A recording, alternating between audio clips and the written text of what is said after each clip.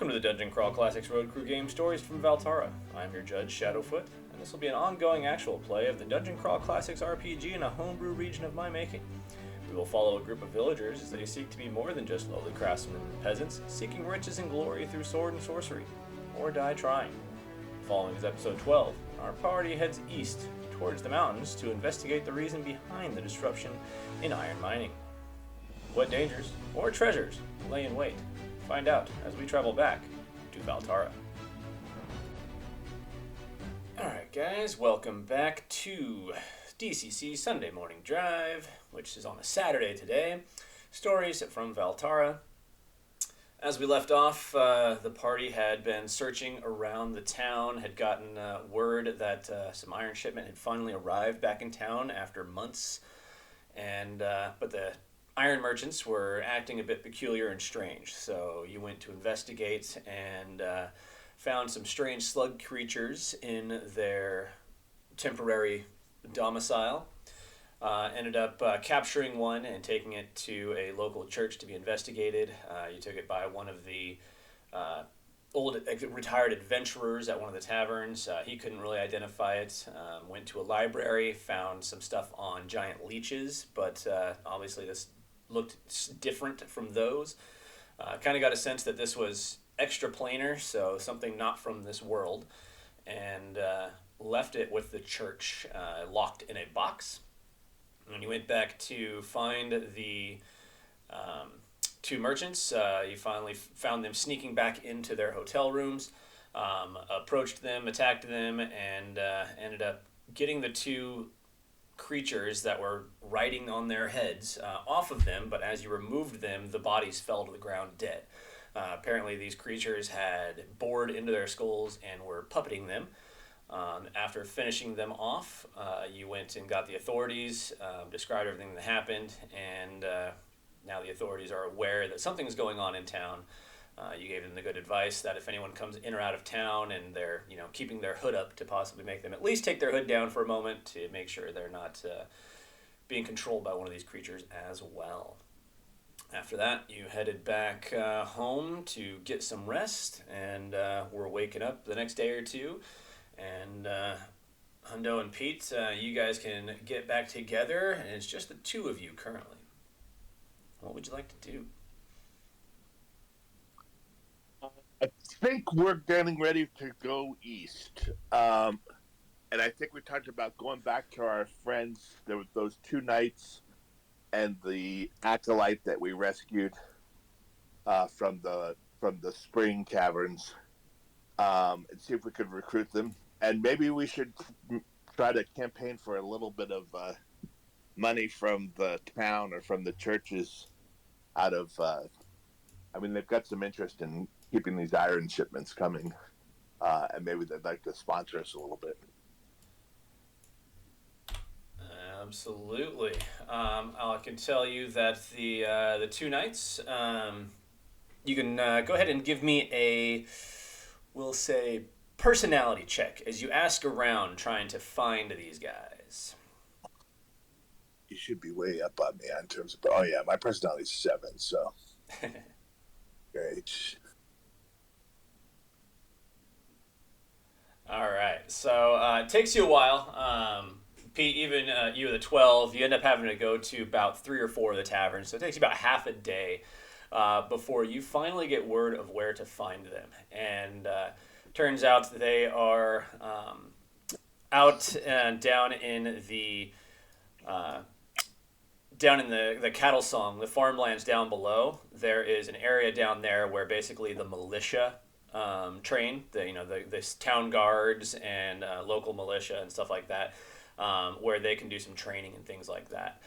So you guys know that both of them should be down in that area. Since they've come back, they spent some time, trying to regain their bearings since they had been stoned for quite a while. But were able to, get their things back together and have decided to rejoin the local militia and just work as town guards. Oh, nice. All right. Well, are they allowed to take whatever leave of absence from that? I'm assuming you're gonna head down that way and go find him. Yeah, I think so.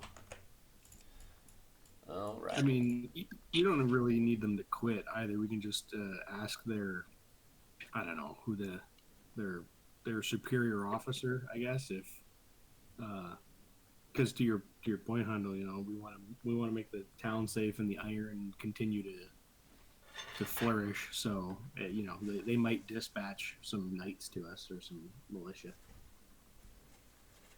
Yeah, as you head down there, you find what looks like a small fort. It's kind of not really a little bit better than makeshift. So it's got like wooden palisades, a gate with like one gatehouse, and inside a handful of smaller buildings, which look like they're more what is it used for, like offices and things of that nature rather than barracks, because you know it's right here in the town, and all the militia stay at their own houses. Things like that. It might generally be used like if something were to happen, this is where the militia would be called to meet and prepare. But in general, it's just a small little training area. You see, you know, training dummies for target practice, training dummies for, you know, sword practice and those kind of things. And there's probably a couple dozen people here. Majority of them look like, you know, your farmers, you know, general workers in the town, things like that. And they're just in their general gear. They're not like fully, you know, set up, except for like a handful. Like it looks like the ones that are giving the orders and doing the trainings and stuff like that to the rest of the militia are in, you know, full armor and those kind of things. So you can ask around and are pointed towards Rolf and Whom. Those are the two soldiers that you had met, and they are in full armor. And they are currently doing some sword training. They're actually training with each other, so they're, you know, hitting against the target dummies with their practice swords and things like that as you walk up. All right. Well, and so we're pretty well acquainted at this point, just from our walk back from the spring, right? So yep. We're glad to see him and catch up with them and ask him, you know, tell them about this mission. And we don't pull any punches. It sounds like it's going to be dangerous. I think our plan is we're going to take a cart with us and try to. We're part of the slug people, and see if we can how far in that gets us. So yeah, I mean it's going to be dangerous, but that's why we'd like to have you guys along. We could really use the extra muscle, and it's definitely for the good of the community, for the good of the town to get that. We really need to get those iron shipments going. We can't defend ourselves without iron, so.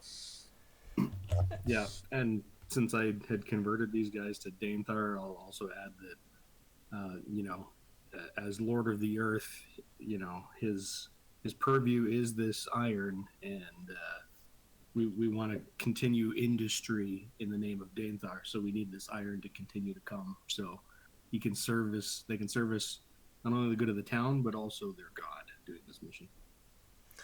Yeah, absolutely. So they turn and see you, and they greet you. Hey, welcome, friend. Welcome. Hey, been a long time. It's good to see you. Good adventure. Hey, could there be some payment here? We're looking to get some wages back. I mean, we've been gone for a while, so we're a bit down. So we would definitely be looking to come help if some payment may be coming our way. Well, absolutely. I think you get an equal share in that adventure, and I don't know how I'm set right now. 55 gold pieces. Equal share is fine. I don't need to take from your earnings. Equal share of whatever we make would be just fine. That's perfect. All right. And what about your old friend, that Alkalite? Is he in one of the churches in town? Unfortunately, his family, when he disappeared, left, and he went searching for them. So he's no longer here. I believe they headed south, but he's not here currently. All right, not in town. Well, go ahead, Pete. No, I just so you you two look like you're well situated here. Are you able to take leave and or get permission to go? Oh, absolutely. We just volunteered as part of the militia again. We help out here with the trainings when we can, and if ever the militia is needed, we would answer the call. But we're not employed as like full-time guards or anything, so we're allowed to come and go as necessary. Excellent. Well, I would presume that we would leave within the next day or two. Is that all right? Oh yeah, if we you give us a day, we can set our things in order. We'll make sure that anyone who needs us knows where we'll be, and we'll meet back up. Where would you like to meet? At the easternmost bar, I imagine. We're gonna get a cart and make sure you've got a good hood. Some kind of cloak to cover yourself, so that we can try to imitate these guys. Or a metal helmet if they've got one of those. That would probably help. Yeah, and you can see they're wearing like a not a full face kind of helmet, but yeah, general kind of cap dome helmet. And yeah, cloaks. Yeah, we'll bring cloaks. If we're going to be traveling, definitely going to need a cloak. You never know when rain's going to hit. It's common in these areas, so we'll definitely bring cloaks. And our armor, don't need you really to outfit us with anything. We have everything we need there. Planning on getting horses at all? You said a cart? Yeah, I think we like a cart and a couple horses. And if you guys want horses, we could probably do that too. Yeah, I could say you could probably end up getting the... there's 2 horses and the cart that the iron workers had brought down. You can probably get that and take that with you as well. Okay. Well, I think that works. Is that enough to transport? Well, right now we're just 4. Oh, yeah, that'd be plenty, because 2 of you could easily ride in the cart, and then there's 2 horses. Actually, all 4 of you could probably ride in the cart, because it's got, in the front, if you think about just like a general cart, in the front, 2 of you can sit on the little bench in the front to control the horses, and then the back is for, transporting ore. So it's quite a large cart, so you can fit everybody on there, no problem. So normally the ore comes from the east to town. Is there anything that normally goes back from town to the mines? Supplies or any kind of trade or anything? You wouldn't know specifically. Possibly you can go ask the iron mill, but even the iron mill, they are their own entity, so you're not sure what the merchants generally take back. Yeah. Well, and was there anything left on this cart to begin with? No, everything they brought went to the iron mill. Okay. Well, maybe we'll just throw some empty crates or something up there and throw up some blankets over it just to give a appearance of some. That would be more suspicious than having an empty cart. It seems like. Yeah, and then the 2 the guys call out. Yeah, plus if you look like you have a cart full of goods, you're more likely to get robbed on the road. Well, that's true enough. All right. Well, I think we're ready to set out. All right. We'll meet on the eastern road leading out of town. That's northeastern, so this is going to be out of the North District. We'll meet you over there at say noon tomorrow. Sounds good. All right. We'll see you then. And they go back to their training. I'm going to go to the bar nearest to where those, the carters normally kind of gathered, and make sure I've got good directions to that, to the mines. All right. So that would be the captain's wheel. So out there in the port quarter, you head back to the captain's wheel and ask around. Go ahead and give me another personality check, Hundo, if you're asking for directions.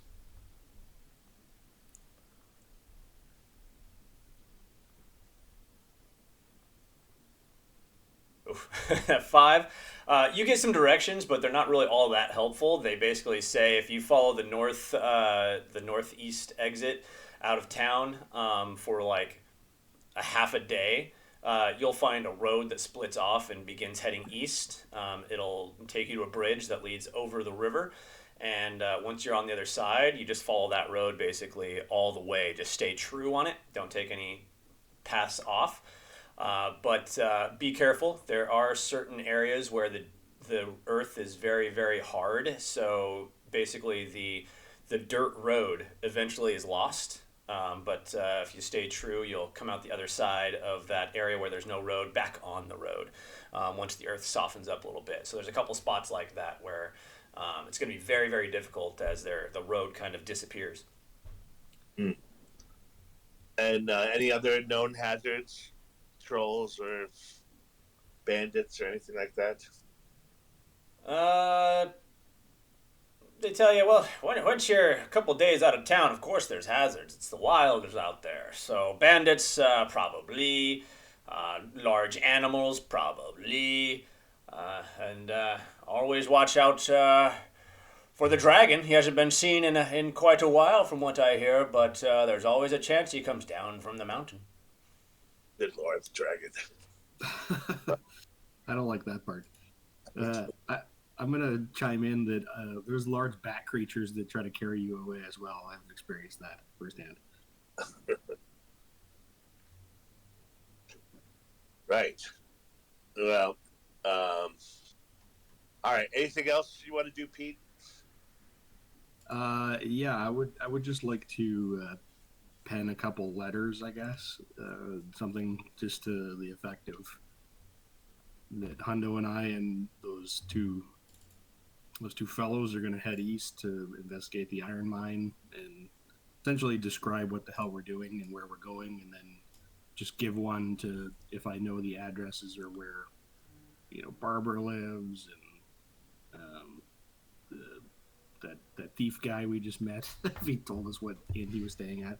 Oh, yeah, absolutely. I would say that you guys have your general tavern that you guys always generally meet at. So that is usually like one of two. It's the Singing Lantern. That's the one run by Delmar, the retired adventurer. That's the one you generally meet at. Sometimes you would meet at, let's see, you would also meet at, I believe it was the Dancing Dragon. So those are the two that you generally meet at. They're kind of opposite corners of that central courtyard. So you could leave a note with the bartenders at both of them. They're quite familiar with you and your party. It says, yeah, you leave those with us. We'll see your allies come in here and ask about you. We'll give them the note. I'll leave them. I'll leave them each. I don't know, 5 silver. How many bars was that? 2, 3 bars? 2 bars. 2. Yeah, I'll each give them 5 silver for their trouble. All right. You see him take it and pull out his lockbox. It looks like where they generally put their coin and stuff like that. And he lifts up a little spot and puts it underneath.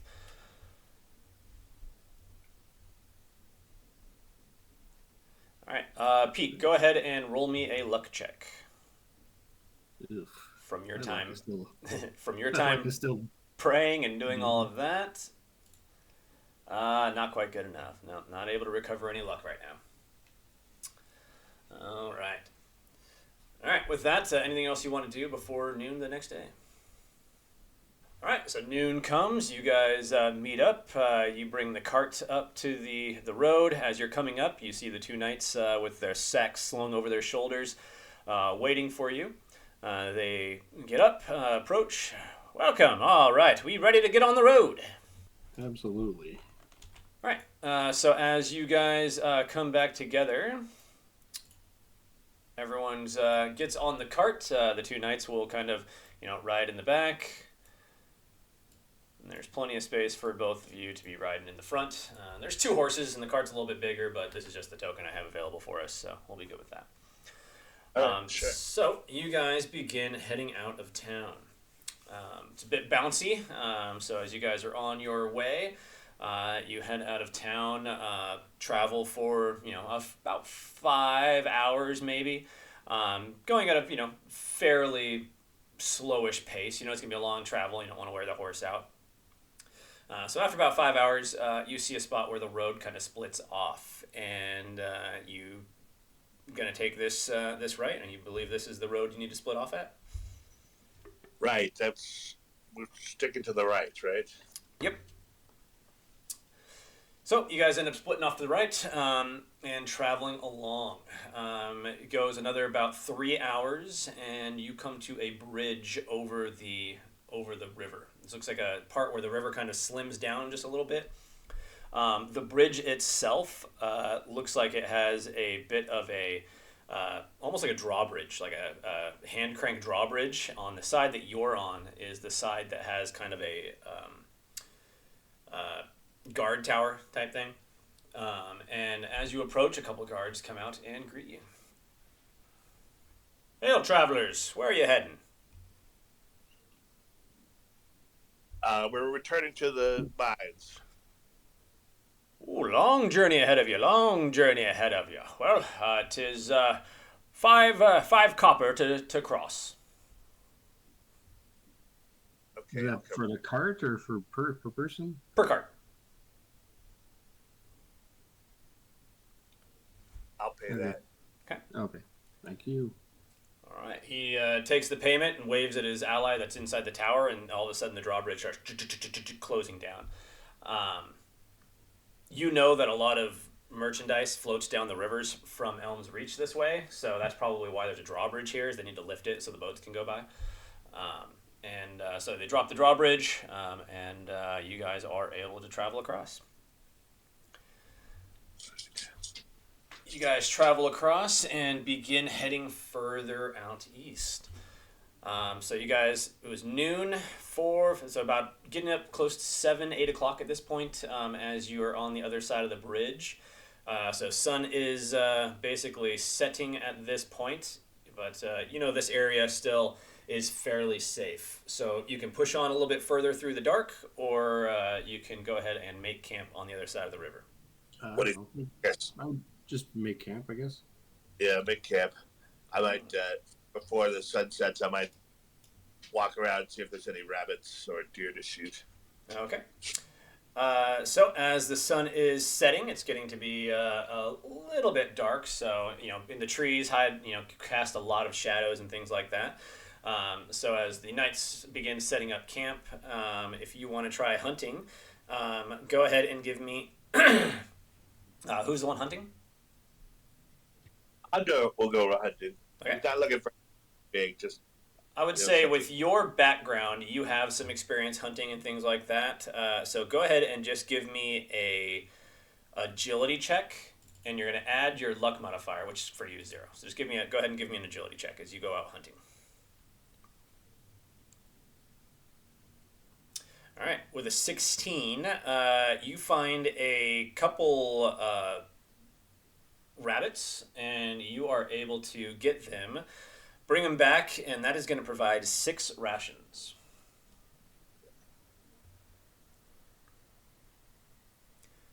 So the way I have this set up for hunting is if something in your background says that you would be trained in hunting, you get to roll this as a trained check. If your background doesn't have something that would mean you were trained in hunting, you roll a d10. It's agility plus luck, and anything over 10 is the DC. Anything over 10 equals a ration. Nice. How about, since I'm no good at hunting, but I am an alchemist by trade, would I be able to hunt for herbs or... Yeah, I could say that. You can search for life mushrooms, berries, stuff like that. Yeah, stuff that could be used in potential alchemy. Yeah, absolutely. I'll even say that if you roll an 18 or better, you can find items that can be used as kind of like medical solvents that could be applied to someone's wounds to heal them for 1 HP. All right. What would I be rolling? That would be intelligence plus luck for you. Okay. I'm minus luck anyway, so I don't know if that makes it... I think that makes it worse. All right. So 6, yeah, you go looking around, and in this area, you're not finding anything that is going to help you out in any way. Just some mundane general nothing kind of mushrooms. Maybe you can add them to the rabbits to give them a little bit more flavor, but that's about it. No worries. All right. I guess assuming we're sleeping for 8 hours, we'll each do like a 2-hour shift. Okay.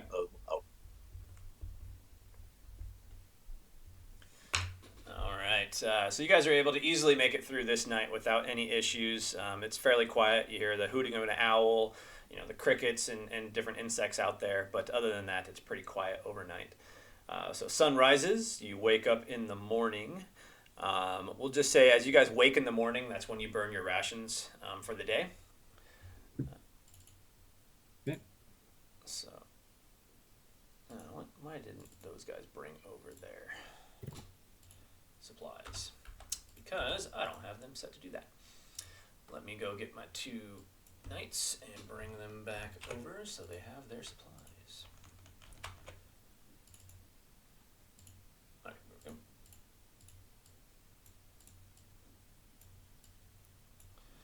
All right, you guys wake up in the morning, begin traveling again.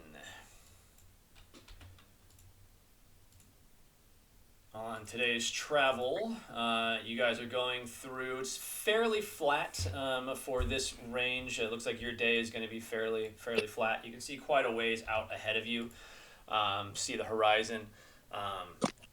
The mountains off in the distance you can't even see yet. They're that far away that you can see some hills and trees way off on the horizon, but you don't even see the mountains yet.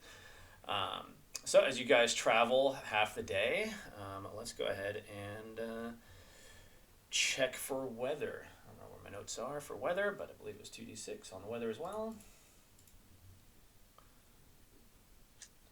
It is actually a bit warm for the time of year. It's a bit warm. So luckily, you guys riding the cart, a little less exercise for you guys, but sitting in the sun, you're feeling a bit hot. So you guys can, pull your cloaks up over your head to protect you from the sun. It's a bit warm, but better than just direct sunlight. As you guys are traveling along, about half the day goes by. I'm going to have the first person go ahead and roll me 2d6. So, Oro, go ahead and roll me 2d6 for Hundo. See if anything pops up.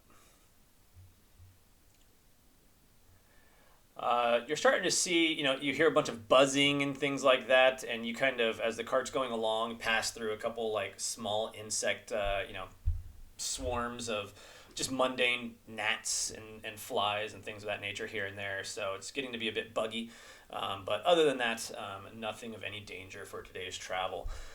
So you guys travel 8 hours, taking your time, gets you pretty good distance there, taking a couple breaks. So I'd say 10 hours overall with 8 hours of travel time, giving the horse time to rest and things of that nature. So as you guys get towards the end of your travel day, what would you guys like to do? I think same routine, although I probably won't go hunting every day, but same watch and keep it pretty much the same routine. Okay. Unless things change.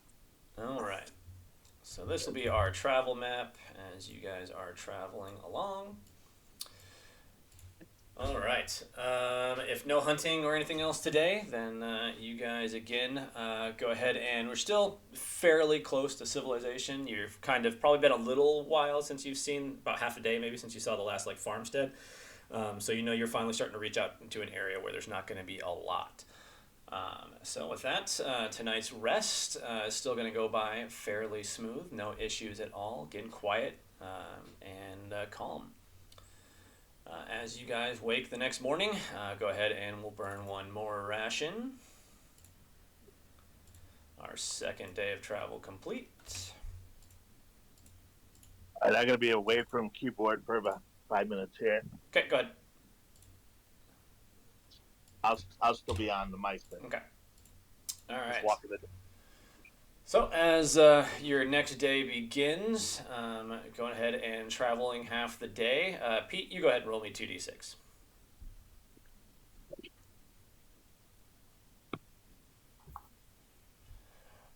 Today is bit quieter. You kind of pass by. You don't see any like bugs bothering you today. Weather-wise, it's gotten back to being kind of just average temperature for the time of year, so it's cooled off a little bit. It's actually a very nice ride today. Quiet and easy. We'll go ahead and any hunting for today? Yeah, I think I'm not hunting, but I'll forage. Forage again? Okay, go ahead. That's another intelligence and luck. All right. And luck currently -1 as well, so that puts you at a 15. So you find some interesting berries. Not sure what you could use them for specifically, but it's possible you could do something with them in the future. So some berries that you find today. All right. Did I just put it in inventory, handful of berries? Yeah, that's absolutely fine. Okay. The one of the or the knight, one of them is going to go out and give his chance at hunting. So for him, it'll just be like a reflex check. Nope, he doesn't find anything while he is out hunting. And Rolf, nope, neither one of them find anything while they're out hunting today. So another day goes by. We're going to go ahead and start doing this at like 2 to 3 days at a time here as we start to get a little bit further out here. So go ahead and we'll go ahead and remove 2 more days of rations.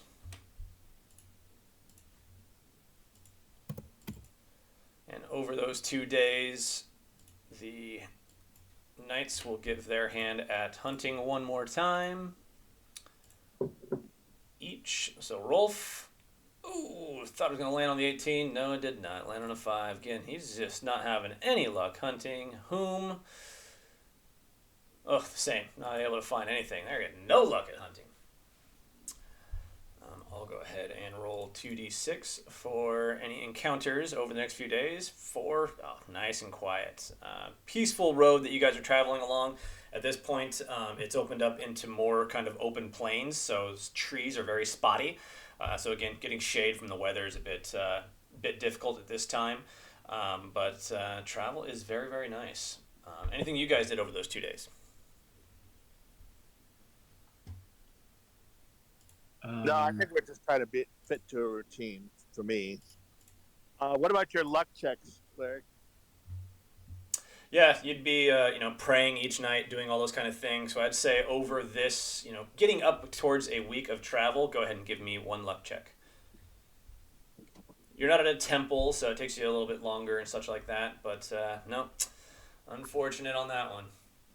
So you're praying and you feel a connection, but nothing to earn anything back from your deity yet. All right. So at this point, you're traveling along the road. I'm going to need... one of the knights are kind of like, walking along the side. They're decided not to ride in the cart today. And as one of them is walking along, you hear a snap in the distance, and all of a sudden... Whom falls to the ground and gets dragged into the woods quickly. Gets dragged off into the woods. The knight does? Ralph does? The knight Whom gets dragged off into the woods. He's walking on the right side of the cart, and you hear a snap, and all of a sudden him getting dragged off into the woods. Looks like by his ankle. I leap off and go running into the woods. Okay. Sword drawn.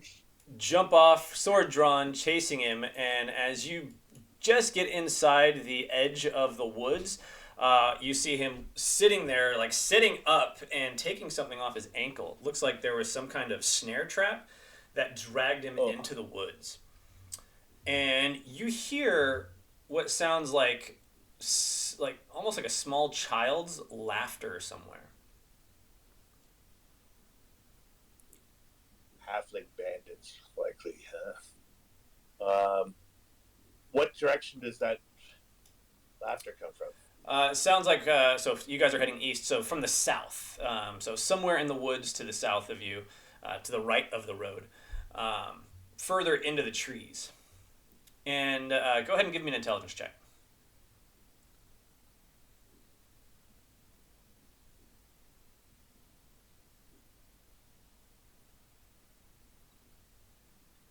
Ten. Yeah, you hear the laughter, and it definitely sounds like something small, but you can't tell if it's human or something else. All right. Well, I'm gonna cut the snare. Does Ralph look badly injured?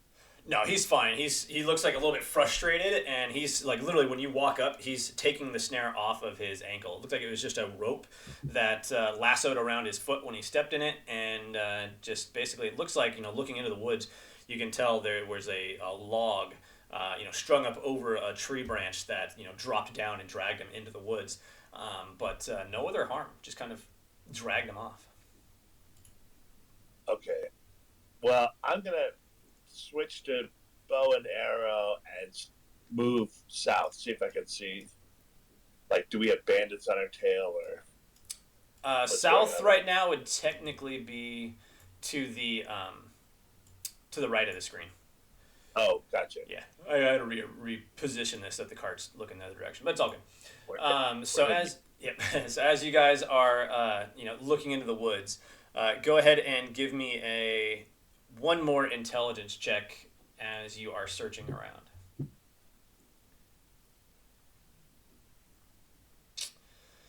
Can't seem to find this source of the laughter. You think you hear like a snap of a small branch somewhere, but as you go to investigate that, you don't see anything.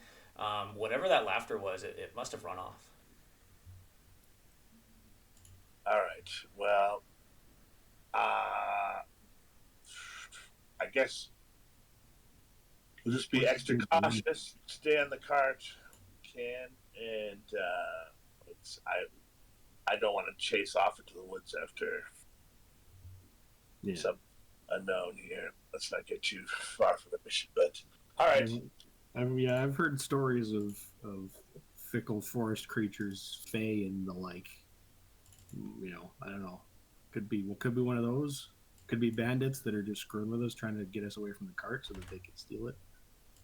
Exactly. There we go. All right.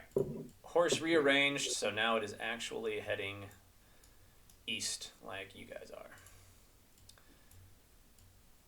are. All right. So you guys get back on the cart and continue on your way.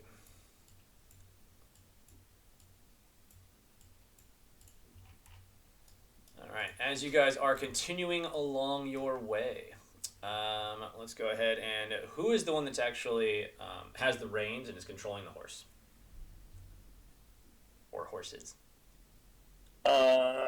Is there any reason to prefer one to another? I mean, I'm a man at arms by profession, so I don't know. I mean, I have kind of standard knowledge of horses. I've ridden plenty of horses and carted. I'll give you a +2 on any kind of agility checks to maintain the horse. So you could say you have the reins, you're controlling it. So go ahead and give me an agility check +2 to maintain the horse as you guys are moving forward.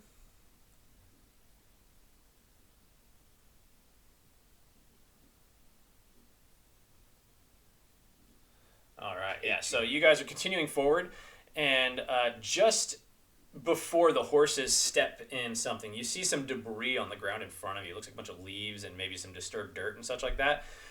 You're able to pull the horses off to the side just before they step in it, as that ground kind of moves and shifts and looks a little bit off. Ooh. All right. Halt the wagon and get down and investigate. But it moves and shifts, so is like quicksand.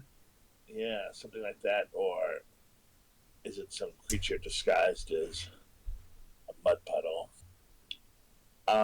Well, standing right next to the horses, I'll approach this and see if I can poke at it a little bit with my sword. What are we looking at? All right. As you poke your sword in, your sword almost goes through the leaves and debris that's right there, and you kind of shift around and you can see darkness underneath the leaves. You get the sense that this is some kind of small pit trap, not like a large one.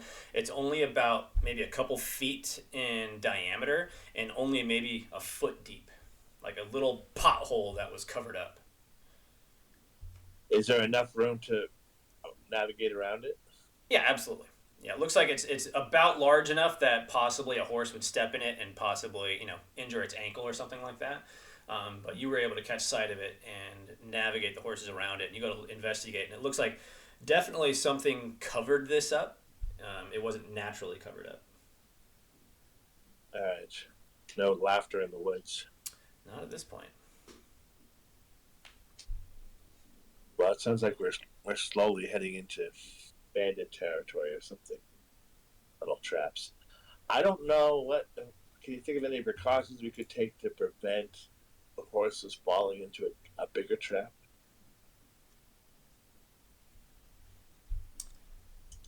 You would know you could just go at a slower pace and possibly like one person walk in front of the horses, something along that kind of lines. Because while you're on the cart controlling the horses, you don't have much view of what's directly in front of them. Sure, although I think I'd rather lose a horse than a man.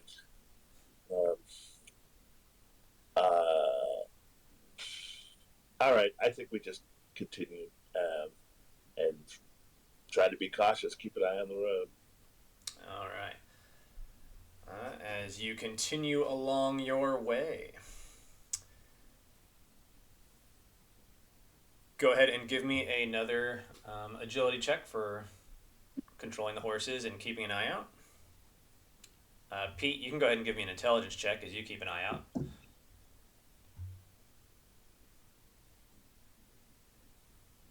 Ooh, Pete, excellent. As you guys are going along, just as the horse steps on it, you see a small, what looks like a tripwire coming all the way across the road leading into the woods. It's very, very small, very, very thin. You see it just as it happens and look to the woods and see a couple vials. It looks like they're maybe, like for us, baseball sized, come flying out of the woods. So I'm going to give everybody a +2 on a reflex save. So go ahead and give me a reflex save, +2.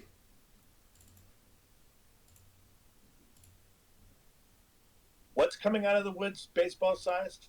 Looks like 2 vials of something, like flasks almost, but like glass flasks.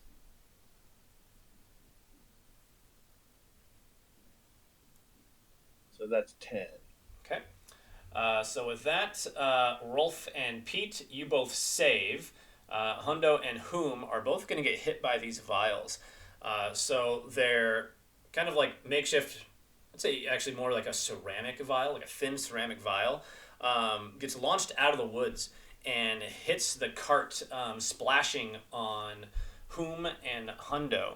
And you guys get this almost...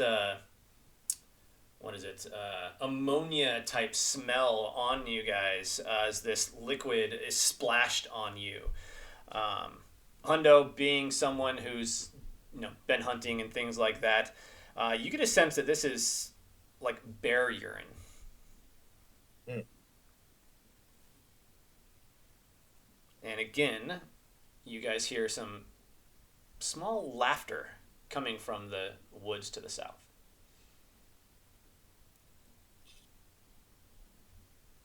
But we could see the flash coming out, but we didn't see any no people behind it, huh? No people. Well, I cut the tripwire, and what do we think? Are we stupidly marching in? Should we be hunting these dudes, or should we just keep going? Is there any water nearby? Because you're probably going to want to take a bath, because I'm going to wave my hand in front of my face like you stink, and it was thinking like whatever I don't know.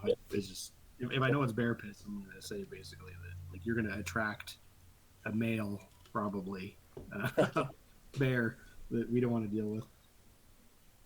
Oh, yeah, or maybe we do. I don't know. But yeah, that might be what that's about. I was wondering what the point of it was, but of course, it probably would scare away some other things. But all right, yeah, let's be. Did we pass any creeks or rivers in the last mile? You guys haven't seen any relatively close currently, so Hundo, go ahead and give me a luck check.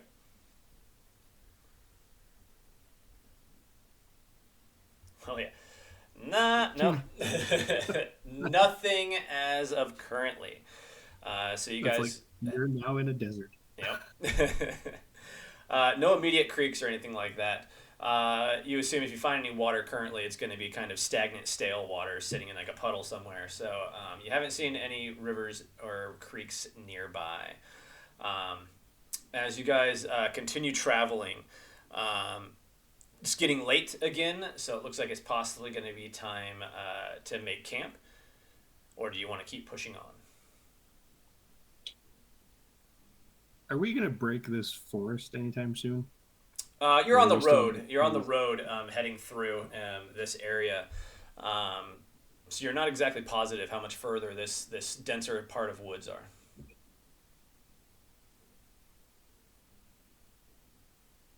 Because I'm trying to get away from this laughing thing, but yeah. If we push through the night and then we're just tired and in the dark forest, then that doesn't really get us anything.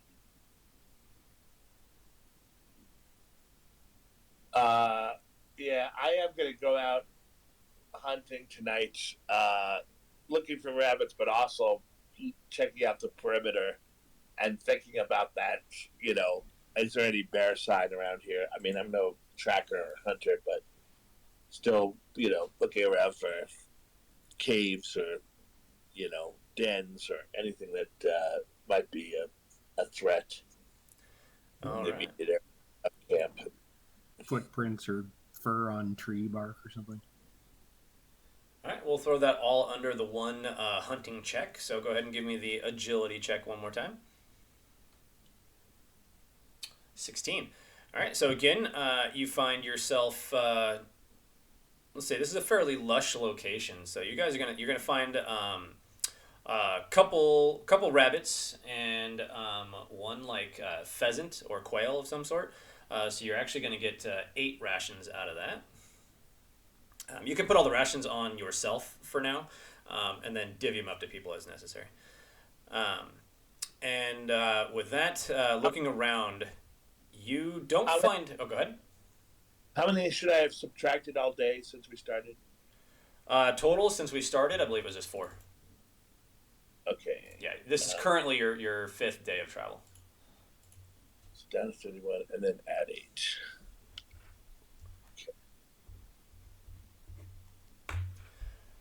And so you don't find a den of any sort, but you do find a couple prints that look like they could be, a medium-sized bear, possibly. They look like they're not super fresh, so it's kind of hard to tell exactly how large this creature was. But definitely there's something in the area, or at least there was recently. All right. Well, I'm going to take off my main cloak, and I'm going to hang it on a branch about 30 feet distant from the camp. Okay. And I'll take first watch. All right. With that then, Hundo, go ahead and roll me 2d6 for your guys' watch.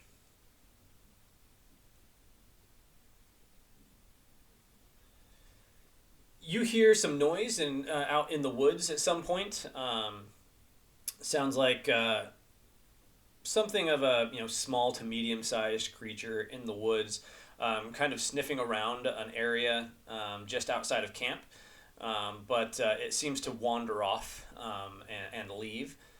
And the rest of the night goes by pretty quiet. So you guys are able to wake up the following morning. And as you guys wake up the following morning, get back on the road. All right. And yeah, as long as the weather's nice, I guess I'm going to keep my cloak rolled up and on the back of the cart there. Okay. And I assume the night who's got hit that's also following. Yeah, he sees it and follows your advice and does kind of a similar thing. All right. All right. As you guys begin traveling again for the day, you guys travel for about 3 or 4 hours and start to see signs of life again. You see a couple smaller kind of farmsteads and houses, and as you begin making your way, you start to see a few more, and then eventually see kind of in the short distance ahead of you what looks like a small village. Ah. Well, that should help us wash up at least. Yeah, we can find a tavern and you guys can take a bath. All right. Well, we headed to the village, keeping in mind that we're actually, when we head into the village, I think I'll put my cloak on and keep the hood up. We are, until we've determined that this is regular life going on here, we want to just kind of look a little bit sluggish. Yeah. You know what I mean? So as you put the cloak back on, especially if you pull the hood over your head, you get that bitter smell. It's still on there. But as you guys are approaching the town, people look up and wave at you, and they seem to be going about their daily business. You don't see anyone trying to hide their appearance. The people that you're seeing immediately, you don't see any leather caps on any of them. Everyone seems to be going about their daily business. You see, the hustle and bustle of a small farm town, going about life as usual. All right. Well, then I adjust, pull down my cloak, and be friendly right back. Is there any kind of public house in this village? As you start making your way into town, you do see what looks like a local tavern. All right. This town probably has about 20 to 30 buildings, and most of those being houses of some sort. You see a mill, you see the larger kind of tavern. It's only one story, so it doesn't look like it's much of an inn, but definitely a tavern. Maybe a couple rooms in the back, and you see some stables. You see what looks like a general goods kind of store. Just based on the kind of signage that's hanging over the front door and things of that kind of nature. As you're traveling by to the side of the inn, you also see what looks like a well. All right. Well, excellent. Well, we definitely draw some water. I might even pay, a local to do some serious washing of our cloaks and so forth. And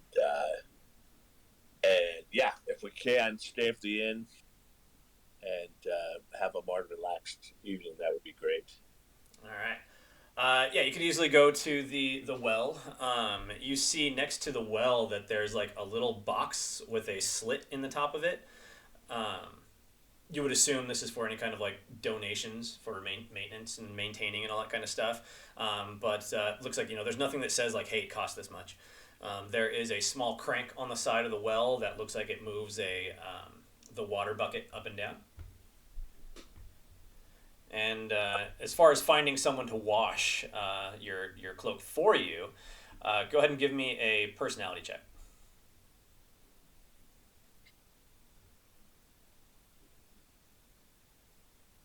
11. You don't see anything that really stands out as, that would be a person that could possibly wash my stuff. So you don't necessarily think that you can find anyone to actually wash it for you. But there's a general goods store there. You could possibly find some soap or something of that kind of nature and wash it yourself. Sure. Well, I do just that. I go to the general store and look around for some soap. Right. And the merchant there, very friendly, a fairly young woman running the store at this time.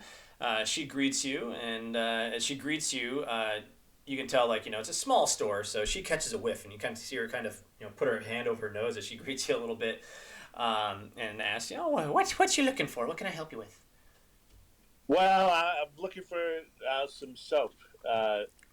There's some folks out in the wild west of town here who threw a bunch of, we think it's bear urine on me and on a couple of us here, and we just want to get that smell off of us. Ah, yes. We've got a small supply of that. And she takes you over to one side of the shop, and there's a box that's like sitting open, and there's like 3 makeshift bars of, very crude soap. So that's 5 copper each. If you'd like one, and one would take you quite a ways. Is there just a cloak? Are there cloaks for sale here? Cloaks? I don't have any cloaks currently, no. All right. Well, I'll buy some soap. All right. So 5 copper for a bar of soap. I think that'd be plenty for you and the night. And I drop a couple silver pieces into the well donation and pull up a fair amount of water because we're gonna be scrubbing out here. Yeah, so you and the knight spend some time cleaning your clothes. So as they're cleaning the clothes, Pete, what would you like to be doing?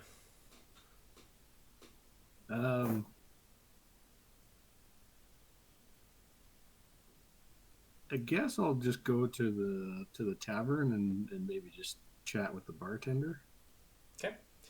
As you're walking to the bar, walking towards the front of the tavern, and Hundo, you're over cleaning your clothes, you hear a woman scream and come running around a corner, and she's like swatting at something over her head as you see a bunch of insects that are like swarming around her as she's like trying to fight them off, and eventually, they fly away, and you can see that she looks very frustrated.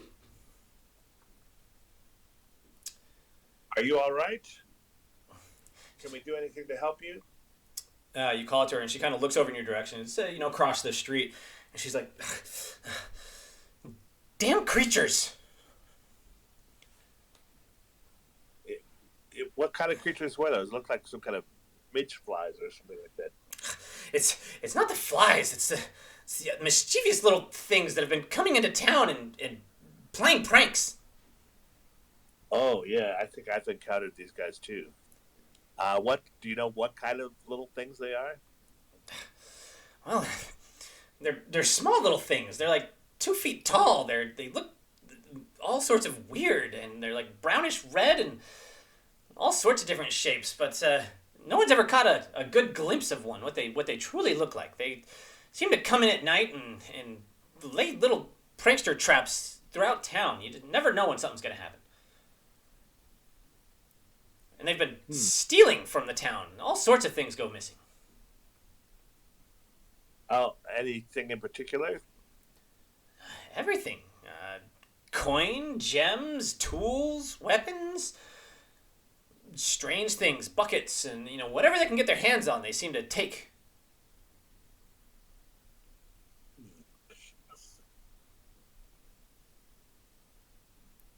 Well, it'd be nice to see if we could lure these guys in and do the town a favor.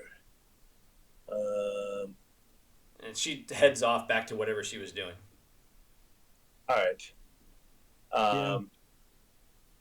I mean, it seems like it's harmless, though, so I don't know. I mean, it's annoying, I guess, but it doesn't seem like it's murdering people or whatever it is. So I don't know. I mean, we could deal with it, but it's up to you if you want to. Yeah, time doing that. Or... I think you're right. You could spend a lot of time chasing after berries. I mean, that's kind of what they like, being chased, I think. But okay, we can wait till this becomes at least harmful. You're right. I mean, we're not losing any hit points over it. All right, so Pete, you head into the tavern. Hundo, you and I think it was continue cleaning your clothes. Rolf will join you, Pete, as you guys head into the tavern. Sure. Inside, you see, again, it's a one-story building. There's a large fireplace on one side. The opposite side has the actual tavern bar. and there's maybe 6, decently sized tables with benches, and some chairs up at the bar. Right now, there's about 6 people, inside the tavern, eating and drinking, with the tavern owner, who looks like a decent, fairly burly-sized guy behind the bar, and like one servant boy that's going around serving the drinks and cleaning the tables and stuff like that. All right, I'll just is there's stools at the bar then? I can just pull up there. Yeah, absolutely. And Rolf will join you there. I'll order two ale. Okay, that'll be 5 silver each. All right. Or sorry, not 5 silver, 5 copper each. Okay. We'll give them 1 silver. It's not the best ale, but it's definitely palpable. All right. I mean, I'll take a sip, but I'll ask him. I'll just be generally friendly and just say, hey, we're travelers coming through. What's the name of this town, and what's around here, that kind of thing. Welcome, travelers. Good to see you. This is Devonshire, is where you find yourselves currently. A very humble town here. Not too much around here. You got plenty of forest and hunting. Which direction are you heading? We're heading east out to the iron mines. East. Yeah, well, heading east, you got about maybe a day's travel, and you'll find yourselves out of this patch of woods. Opened up into some fields, and then beyond that, you start to get into some hills, which is kind of the area prior to reaching the base of the mountains there.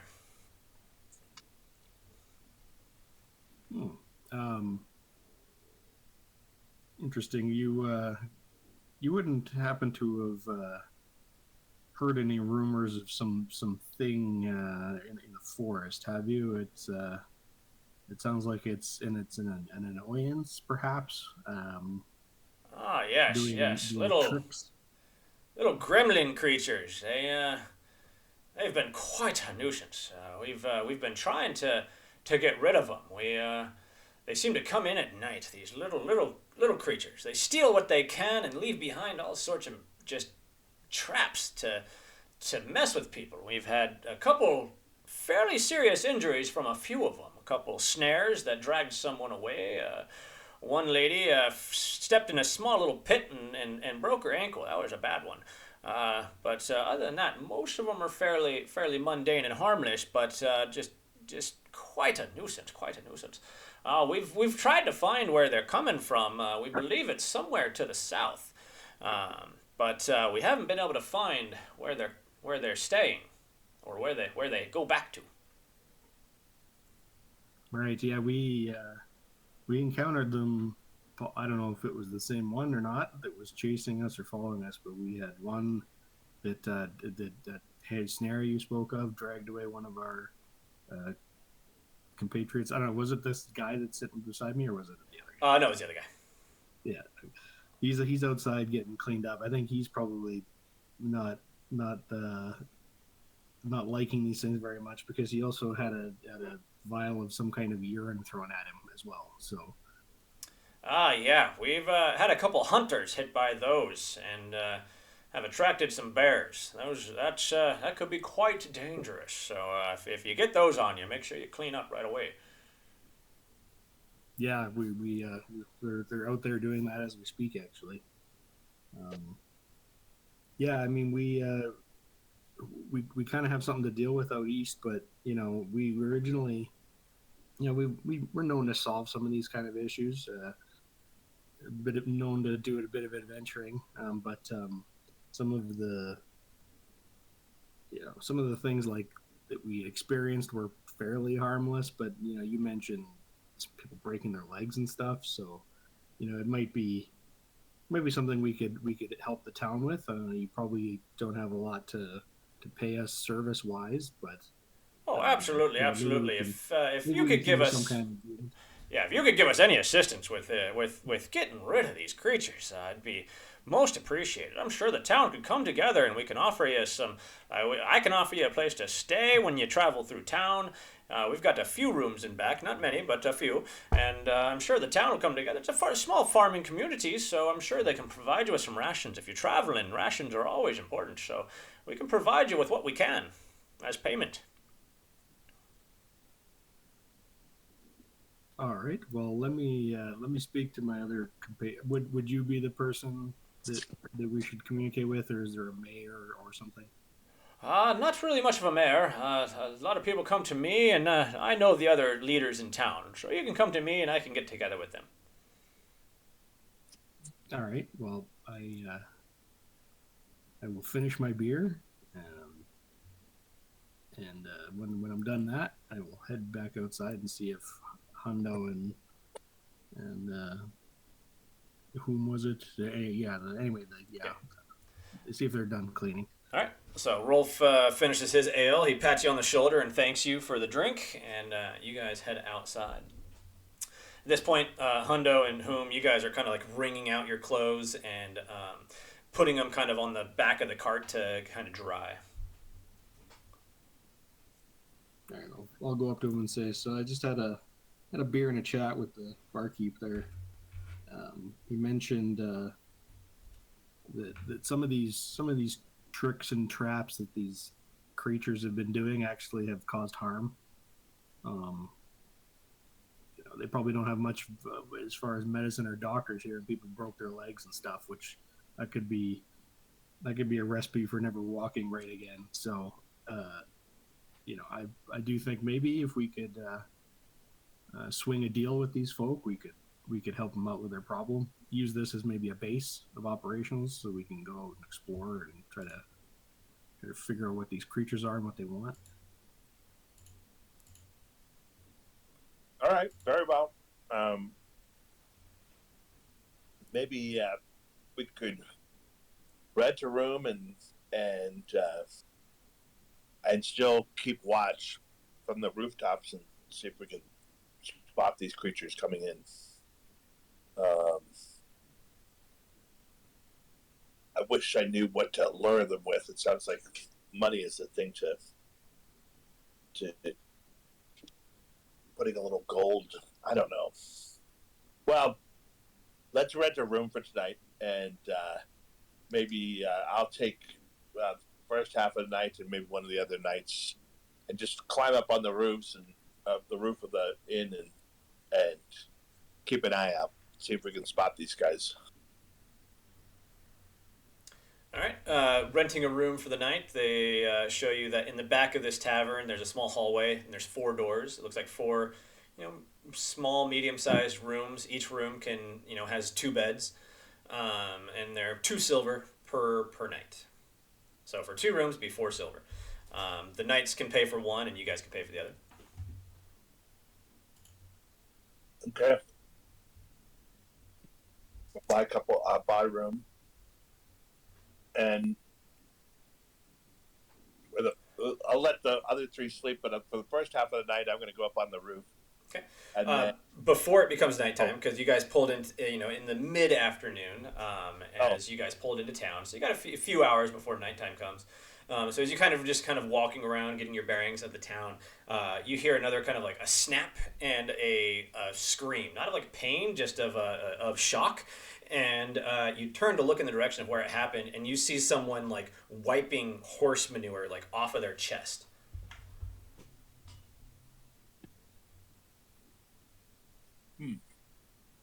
So, but I can't see where it's coming from, huh? You see that as you look over there, it looked like as they were walking past a building, they stepped on something, and it ended up tripping a tripwire or something that basically flung or released some horse manure that was being held somewhere that landed on them. Yeah, it'd be nice to have a thief at this point. All right, well, saying that, I guess I'm going to walk around town and see if I can see any other tripwires or traps laid out, but okay, not my specialty. Go ahead and just give me an intelligence check. It's never a strength check. With a 1, I'm going to go ahead and say, give me a reflex save really quick.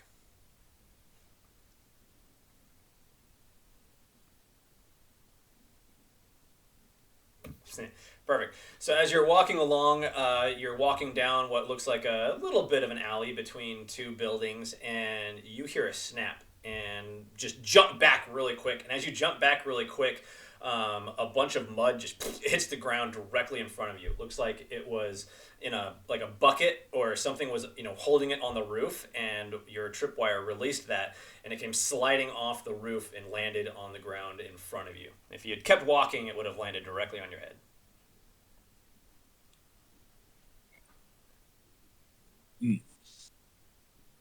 And no laughter from out in the woods. I keep looking out to the woods. You're not hearing anything currently. If they're got all these trips and traps, but they're not, it's like, what fun is that if they're not observing them somehow? When we encountered them before, was that both in the evening hours? The ones where you heard them laughing was, getting towards that dusk type time. Right, well, before I guess I'll go in and have a beer myself and have something to eat. And but then, for the first half of the evening, my plan, I'll talk to the innkeeper about this because they're going to be up on his roof. I'm just going to keep watch on that rooftop, and then I'll wake up Hoon halfway through the night and have him do a watch on top of the roof as well. Okay. So you have your ale. So again, 5 copper for that. And Hoon will buy one for himself as well. As you guys chat and kind of determine, your watch for the night. And the barkeep, he tells you that there is a ladder out back that you can use to get on the roof. And if you're going to be, keeping watch overnight, he has no problem with that as you guys look out for these creatures.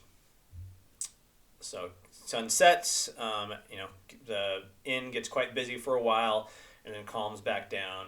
And you can see that basically at this point, the hallway that leads, to where these rooms and stuff are, there's another door that leads out the back. And the hallway actually has a door too that stops you from getting back into the inn. So basically or back into the tavern. So he can basically close off and lock off the tavern, and you guys still have access to your rooms, and then go out the back where there's like an outhouse and stuff like that. You guys are able to find the ladder and get up on the roof. So Hundo, go ahead and give me an intelligence check as you watch for the night.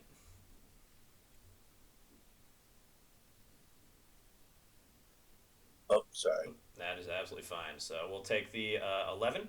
And with an 11, you hear a couple things, but don't get a really good sight line. There's not really any torches lit at night. This isn't a large city where they have, street lamps and stuff like that. There's maybe like 1 or 2 lanterns hanging on a couple random corners of shops and things of that kind of nature. But other than that, it's pretty dark. But you do hear some rustling off to, down one kind of corner around a building. All right. Well,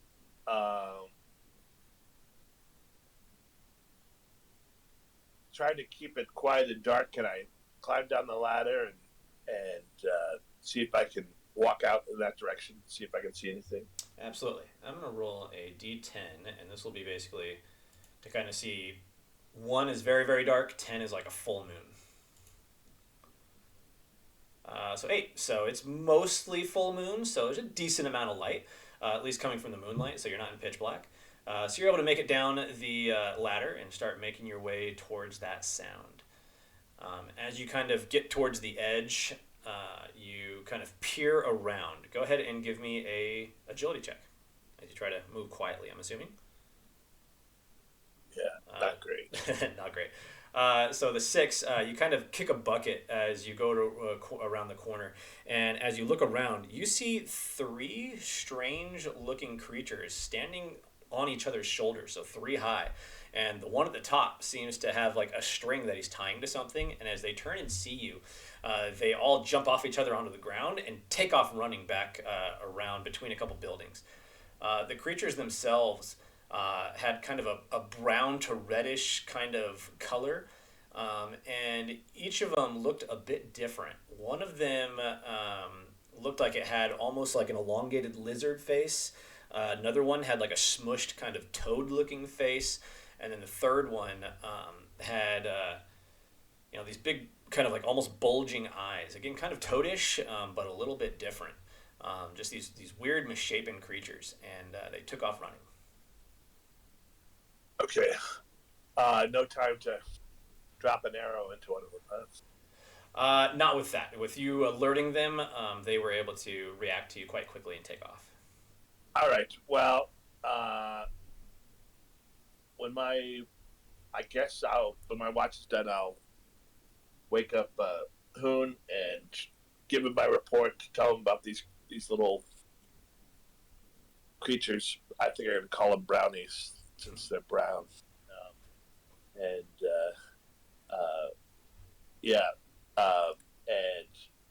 to be on a watch for them, but they're quick and hard to catch. And don't leave the village running after them alone. Wake us up. I don't know. We might have to lay some kind of trap for these guys to catch them, but go ahead and keep a watch, and I'll get my sleep for tonight. All right. He asked you, where did you see him run off to? What direction? And they headed around a corner of a building, looking like they were again heading south. All right, heading south. All right. Maybe I'll go post up where you saw them run off from, and maybe we can get a glimpse of them. So all right.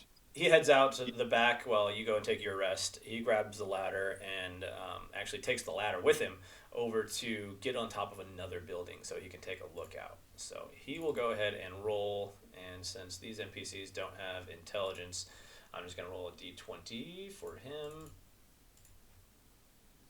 He rolls a 12, so not much better. So again, his night goes by, and in the morning, when you guys all wake up and get back together, he tells you that he saw a couple more of these creatures coming out of the woods to the south. He lost sight of them in town, but he stayed up on his post, and as the sun began to rise, he saw about 5 or 6 of them. A couple of them coming from different places, all gather back together. Looked like a couple of them were carrying sacks that looked like they were full of stuff, and a couple were carrying what looked like, a couple weapons of things like that they had grabbed. The weapons looked too large for them, like they couldn't wield them at all, and carried them back off into the woods to the south.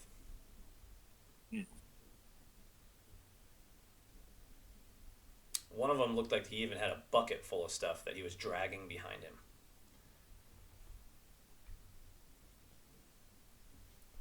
So even when we catch them, they're still bold enough to come back and steal a bunch of stuff at night, huh? All right.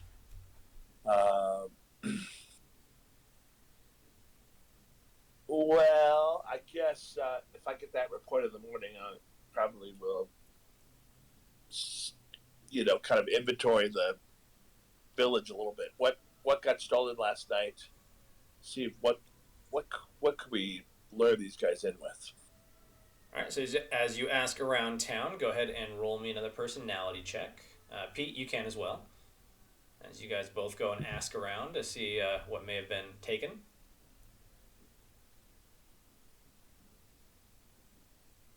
All right, both of you do very, very well. So as you ask around town, you can see people are kind of taking inventory of their stuff. And this looks kind of like a thing they do every single morning. They take inventory of what may be missing. So it looks like they've gotten fairly used to this, and you can tell, like, as you go up to like one of the shops, all the windows look like they have makeshift shutters that now lock, and like all these different things. So the town's been doing what they can to protect their goods, to be able to lock up and secure their things overnight, but somehow these creatures are still getting in and stealing things. So you see that the blacksmith had a couple, like a long sword and a short sword that he had been commissioned to make went missing. You see that the local shop that you went and bought the soap from some mundane, random things are missing out of there, like glass panes to refurbish a lantern. A couple oil flasks went missing. Some cloth went missing, and a couple like just plates, like dinner plates and things of that kind of went missing. You go over and find the mill. A couple sacks of grain went missing, and just random things throughout the town.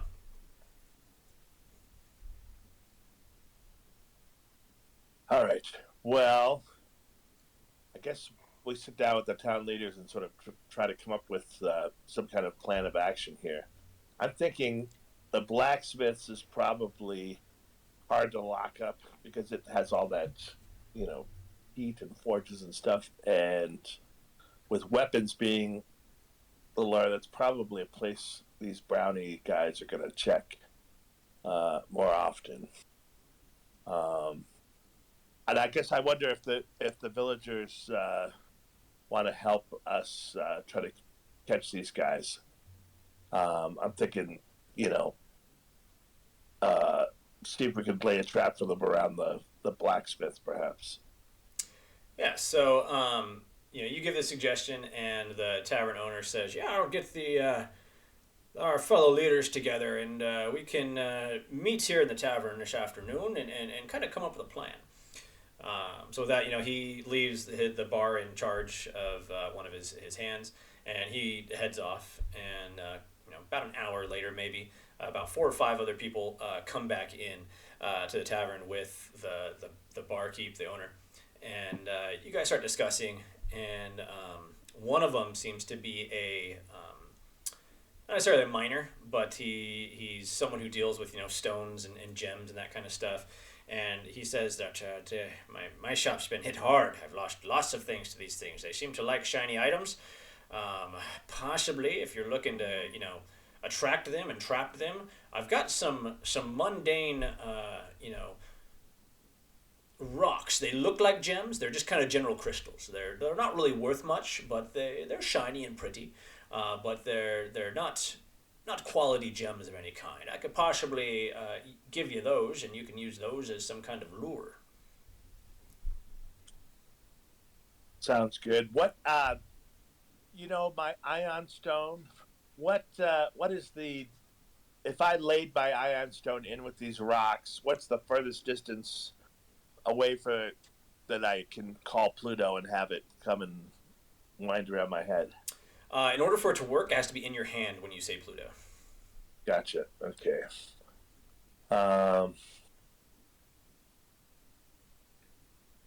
All right. Well, I mean, that sounds like a lure. And then I think what we want to do is, and none of this is my specialty, or I think any of us, our party, but lay out some tripwires for them, some, things that might sound an alarm. Yeah, one of the guys that's here meeting with you seems to be a hunter, and he tells you that he's attempted to track these creatures, and he's tracked them a little ways to the south, but he always loses their trail at some point. It always gets lost in a rock slide to the south. There's a large hill with a bit of a cliff where there was a rock slide a while back, and he always loses their trail around there. But he deals with snares and traps of that nature as well, so he could possibly help you with setting up a trap. Yeah, I think what we'd like to do is see if we can lure them in, and then if we set up an alarm, just try to surround the building, and if nothing else, capture 1 or 2 that might allow us to might lead us to the rest of the band. Yeah. I don't know if there's the only thing I can really add to this might be a darkness spell. I have to roll good enough, but I can target a point up to, I think it's, let me see how far I can shoot this thing with a reasonable roll. Yeah, within about 20 feet at 20 radius sphere of darkness. So I'm just wondering if we used like a shed or something, or I don't know, like something that they would have to go inside. If I could shoot darkness inside there. Then I don't know if we could close a door or do something like that to try to trap them inside there. But I don't know. I don't know if that would help. But just offering that as something too on top of. I mean, it might be wilderness enough to, if they're stuck in that darkness. I don't know what kind of vision they get stuck in that darkness. Yeah, that definitely might lose the initiative. Yeah, Pete, you knowing the spell and knowing how it works, that generally even creatures like elves and dwarves who have dark vision, when you cast darkness, they can't see in it because it's a magical darkness. Generally, from your understanding and teachings, only things like demons can generally see with true sight can see through that kind of darkness. So unless these things are demons, which from the way they kind of seem mischievous and not very like they're not out here to kill people, chances are they're not demon creatures. So how about for plan? We go to that shop where they're always robbing the mining material, and we'll probably even take a couple of volunteers for the town. We don't want too many people. That might alert the brownies, but and if they go into the shop tonight, we'll cast darkness inside the shop and then try to surround all the exits, and yeah, we'll kill them if we need to, but more we'd like to capture one or two and see if we can threaten them or use them to lead us back to their leaders. What do you think of that as a plan? Yeah, I like it. The knights agree with you. All right. Okay. Well, let's give that a shot. See if we can capture some of these dudes. All right. So the generally it's a bit of a mining shop where people can trade their ores and things of that kind of nature, some mundane things and whatnot. It's got supplies for mining and panning gold, all that kind of stuff. So you go there and he shows you around, and in the back there's like a shed that's attached to the back of the building. That's kind of this smaller area where he keeps any of the more valuable stuff kind of locked up. And despite his best efforts, they somehow keep getting in here. This room itself is maybe like 10 by 10. So you definitely know that your darkness spell, if you roll, even fairly decent, should be enough to darken this area out. It has one window that's been shuttered closed and kind of barred from the inside. It has the doorway that leads into the shop, and then one more doorway that leads out the back. There are shelves in here and crates and a couple chests that are locked closed. He's even locked them closed and wrapped them in chain with another lock on that to do as best he can to keep them from getting in. All right. Well, I don't think we have any magic that could serve as an alert, but maybe this town could help us with finding some thread and, I don't know, bells or something along those lines to basically try to set up a tripwire inside those entrances, just to even if they're invisible, whatever, we might get alerted if they're in there. And then the plan is the four of us, say maybe 4 volunteers from the town. As soon as we hear something, we'll try to encircle that shed, prevent people from escaping, the enemy from escaping, and Pete will cast darkness on the shed. Yeah, I don't know if it's too complicated, but is it possible that as part of the tripwire, that a weight comes down and that has a pulley and closes the door, so that they can't run right back out the way they came in? He says, yeah, that'd be possible. We'd want the door to be open in the first place, so we could pretend, oops, we accidentally left the door open. And as they come in, a tripwire, that's not too difficult. That's just a general kind of dumbwaiter type type thing, and we can attach the rope to the door to have it close. If we do that, it won't have the most strength, so, they could probably push it back open if need be, because it won't necessarily lock on its own. But if somebody's on the outside ready to hold the door shut, that could be a benefit. And possibly, I'm thinking the one on the outside we leave open with that kind of trap, and then the door on the inside leading into the shop, we leave cracked open as well. Maybe one of us is inside hiding around the corner that when we hear the door shut, you said your friend could cast darkness. The other one could be just on the other side of that door with a bag or a sack of some sort as they go running out the door left open. Possibly he could throw the sack down and they could run straight into the sack, like, catching a bird that maybe got inside. Nice. Sounds good. Fun. All right, so they will go to setting all this up. The tripwire that's going to set off the door has a little bell on it as well, so as it goes off, you should hear the ringing, which will alert whoever's on the outside to jump down and hold the door shut.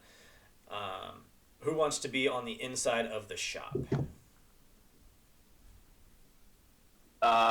Well, we're going to cast darkness from inside the shop. I would say Pete would need line of sight to where he's casting it. So, all right, where are you gonna cast darkness, Pete?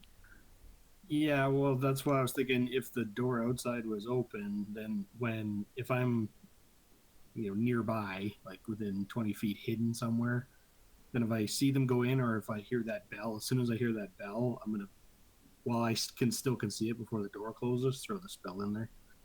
Okay. All right, so Pete will be hidden outside. Looking out back, there are, crates and things. You could set up a kind of makeshift blind to hide in. And Hundo, where do you want to be?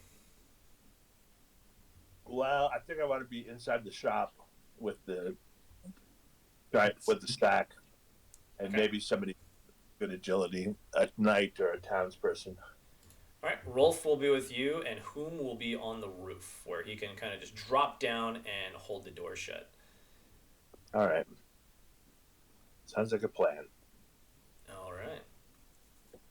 With that, the shop owner takes some of the mundane kind of crystals and puts them in a box and leaves that box cracked open just enough to where kind of, the moonlight comes in just a little bit through the doorway and catches them just a little bit to kind of draw them in. Or, well, he hopes the moonlight will hit it. All right, so you guys spend your day prepping all of that, getting it ready, and the sun begins to set. So town goes back home. Throughout the day, a couple more random little traps went off, and someone got hit with mud again. Another one got hit with some bugs. Another snare went off and just kind of tripped someone. So these traps going off throughout the day. But night comes and everything goes quiet. So as the night begins going, you guys go ahead and give me intelligence checks as you listen in.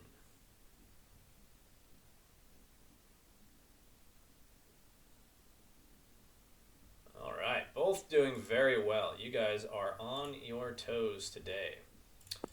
Let me go ahead and grab my creature I need. Oops, wrong button. All right. With that, you guys hear some weird chatter. You can't make out what they're saying.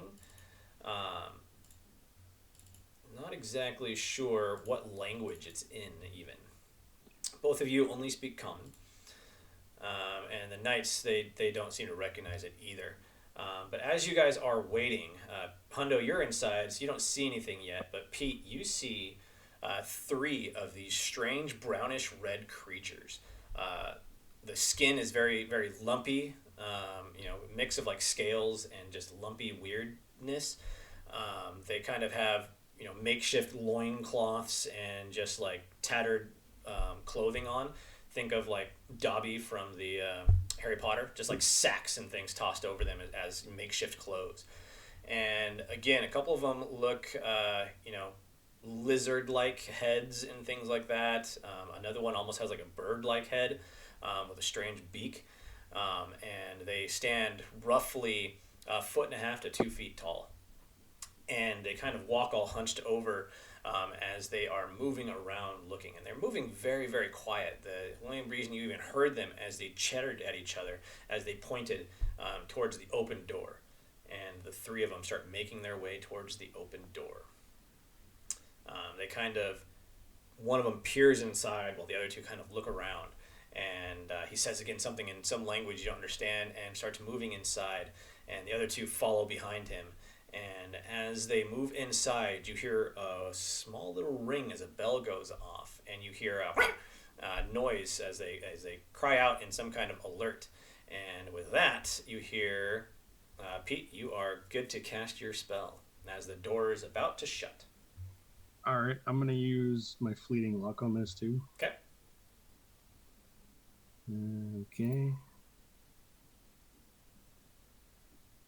So I think I get a D4 to this 2 from the staff. Yep. So we'll throw that out.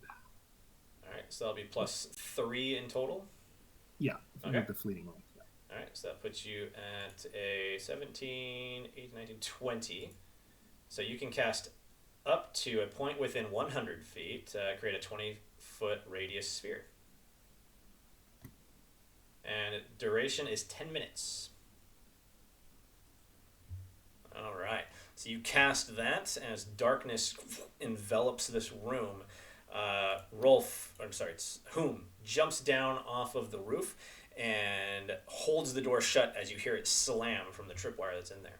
The creatures and start slamming into things as they're trying to find their way out of the room. Banging into things. So Hundo and Rolf, you guys hear slamming and things falling over and clattering and scraping as they seem to be trying to like crawl up whatever they can. And what are you guys doing as you hear all this noise?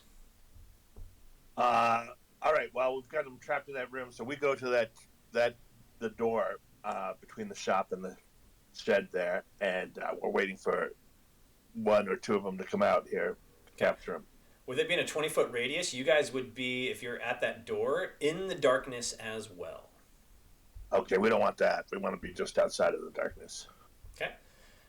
So as you guys are waiting outside the darkness, you hear this slamming and moving around for a little while, and then after about, say, 30 seconds, you hear footsteps coming in your way. Little itty-bitty footsteps and coming across the wooden floor. It looks like at least one of them has found the door and is headed into the main shop, heading in your direction.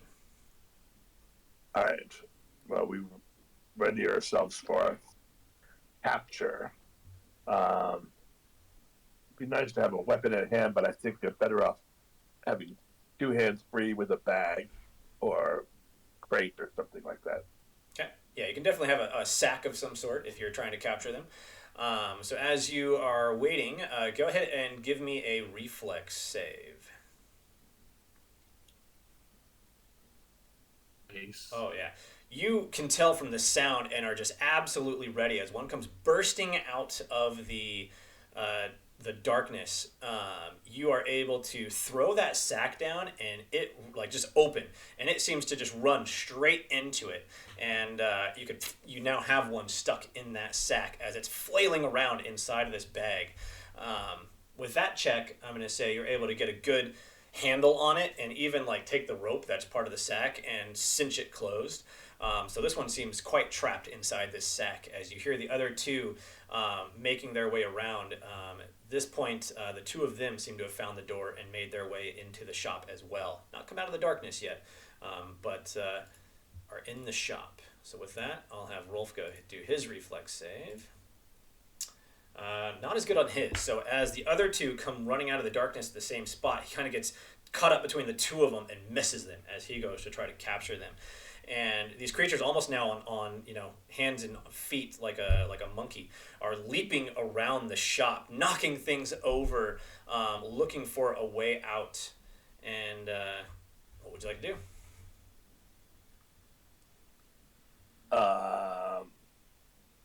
Let's see. Well, so I've got one bag that's pretty well secured. Yep. Is there anything else handy that I can use to try to capture another one? Bash one over the head with a chair. Yeah. Try to knock them out or something. I don't know. Yeah, But, you can absolutely attempt to smack one with the equipment that you have on you. A long sword. You can try to hit them with a pommel and knock them out. That'd be a little bit difficult, but or you could, grab a club-like item. But you can tell, like, the one that's in the sack is absolutely struggling trying to get out. So it's probably going to take you both hands to maintain it. If you think that if you try to do this one-handed and get distracted, that this thing could possibly get out. all right. Well, then I'll tell Rolf to try to grab another one. But Okay. if it's two hands, to better one in hand than two in the bush. So. All right, so this is going to be opposed reflex saves, and I'll say he's got 3 chances before they get out of the building. So first one, that is the creature, and him. Gets close. One jumps around, and he's able to get the sack over it. So he's got it in the sack, and he's going to struggle to see if he can maintain it in the bag. And he's able to maintain it. So he now has the second one trapped, but the third one is able to make for a small opening. He's able to get the bar off of one of the windows and dive out the window and disappear off into the night. But you've trapped 2 of these creatures in sacks. All right. Well, that's good news. Do I see that third one jump outside? Opposite side of the building. So unless you've moved outside of your spot, you do not see it. No, that's fine. Just in case it came out a side window or something. All right. You guys are in the shop. Have 2 of them. Do you call out to your allies? Yeah, let's reconvene now that we've got a couple of these guys and question them. I guess we'd like the villagers with us when we do that. So, as I was saying, so since that darkness is a 20-foot radius sphere, it's fairly large. It's going to last for 10 minutes. You do have the ability to move that darkness if you wanted to, so that no one is left in the dark, and you guys have clear view inside. Oh, I mean, yeah, I was going to just leave it until I got the signal from somebody. So if Hundo or somebody comes outside with a sack, then I'll kill the spell. Okay. So Hundo, you're going to call out and let them know that you got the creatures? Yep. All Walk around the other way. Yell out to buddy. Well, we've got at least a couple of them here. 2 out of 3 is not bad. They're pretty wiggly. I might have to break some limbs just to keep them from jumping around so much. I'd say that's pretty. Both hands, you're struggling to hold on to this thing because they're just flailing around inside. All right. So I took one of these bags. Yeah, I let the villagers gather too. We might have more resources.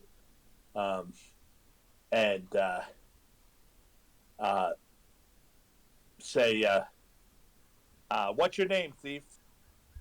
All right, so it's roughly midnight at this point, and as you guys, start talking to him, you can hear it again. This language that doesn't seem to be any language you've heard of. It almost just sounds like gurgling noises to you.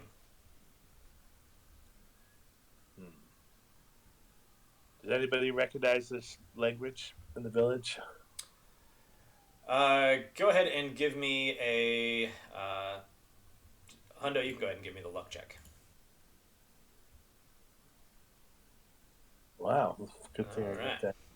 So with that, one of the villagers that was helping you tonight says that there's a local cleric who, knows a good amount of languages, could possibly be the only one in town that he could think of that could possibly know the language or know what language it is. Maybe not know the language, but know what language it is.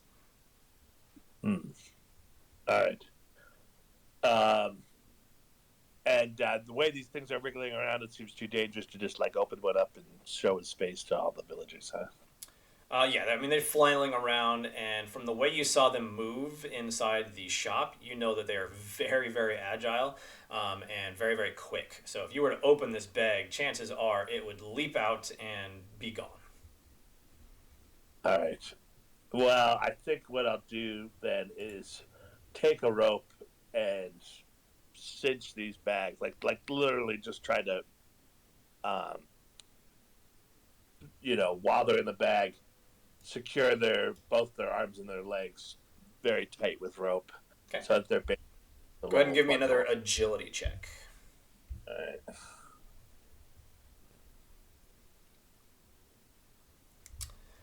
So it's a bit difficult as you're trying to tie it up.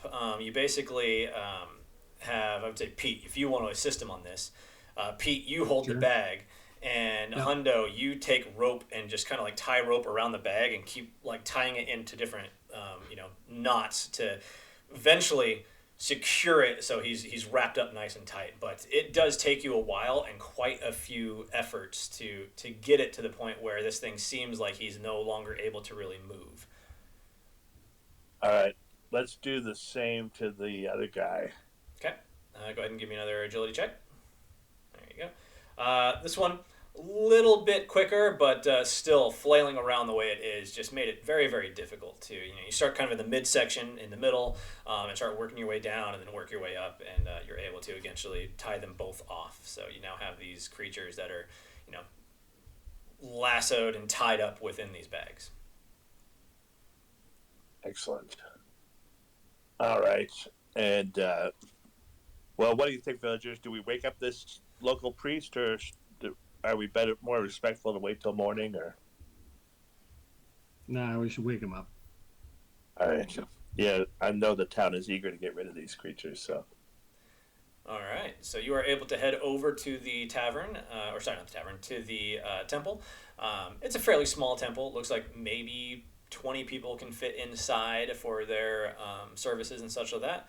And there's a small little house in the back. It looks like maybe a one-room kind of house. You go knock on the door. The villager leads you that way. Knock on the door, and he says, "Hello, Father. We've got a question for you. Are you available?" And you hear a kind of a, "Oh, give me just a minute." And, a few moments go by. You hear some rustling inside, and eventually a latch on the inside flip open, and the doors start to creak open. "Oh, what can I do for you?" He seems very groggy. All right. Well, we can let the village elders speak for it, but we had this plan, and we've managed to capture a couple of these little thieves that have been plaguing the town, and I don't think they speak common tongue. We're wondering if maybe you could recognize what kind of language they're making, what kind of noise this is. Yeah, so as you open the door, he starts to rub his eyes a little bit to wake up. He says, "Oh, small creatures, huh? You have them here, you say?" And you show him in the bags, and he's kind of listening in, and you can see him like almost kind of focus a little bit and kind of get like taken aback by what voice he hears. He's like, "Oh, that's a very strange sound. I don't know the language, but a few of the things that they're saying sound like they're speaking chaos tongue." Oh. Well, as chaotic as I am, I don't speak it. I don't think I'm even literate, frankly. But yeah. Okay. Yeah, I'm almost certain that's chaos speech. What about you're a learned man of these parts? Do you know anything about creatures of these sizes in these woods before?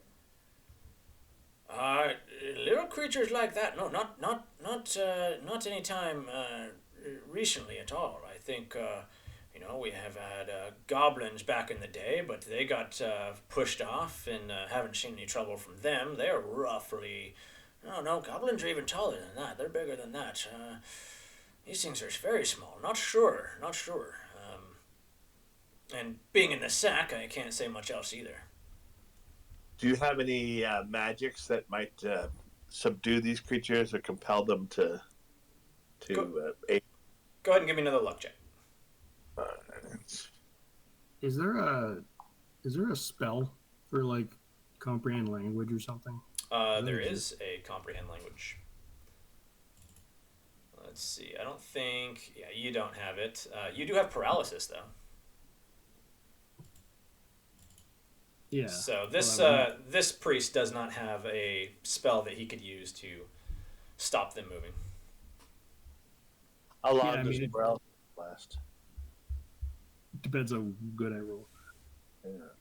You usually at like a combat maybe. It's usually a D6 plus character level, I think. Yeah, I think it goes from rounds to turns. Eventually turns, but yeah, I think it's rounds.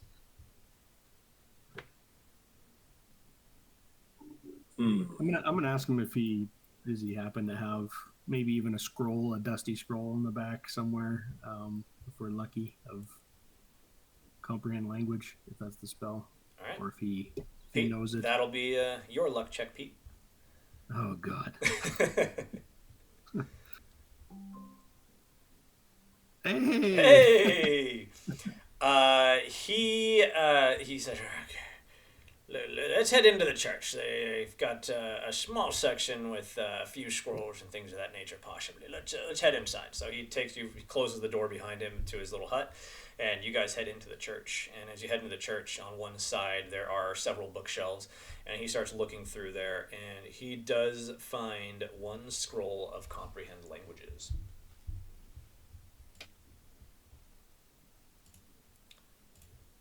So, would you like him to cast that, or would one of you guys want to cast that?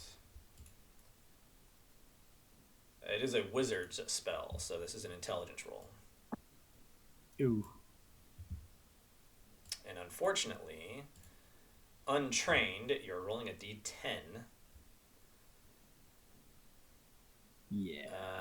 So, with that, I'm not sure if either of you could even really necessarily do it. So we can have him roll it. Yeah, I'd suggest him probably. So he's studied it. Go ahead. I was just gonna say if there's anybody that's even not necessarily this guy, if there's anybody else in town that might have the skills to. He's not sure of anyone in town, so he says, I can give it a try. And if I fail, the spell just stays there. It doesn't disappear until I succeed. So I can give it a couple tries.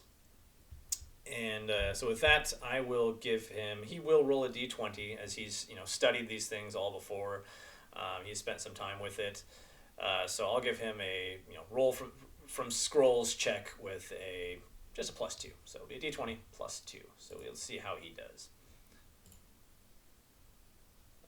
So that is a 14. A 14, he can read and understand, but not speak or write one terrestrial language for one turn. Terrestrial languages are those spoken by mortal, earthbound creatures such as dwarves, giants, and goblins. So it goes off. The language or the spell disappears from the scroll, but as he's listening into these creatures again, and they seem to be talking back and forth to each other in the sacks, but he cannot make out the language. So basically confirming for him that this is not a terrestrial language, that it is most likely chaos speech that they are speaking. But he can't make out what they are saying.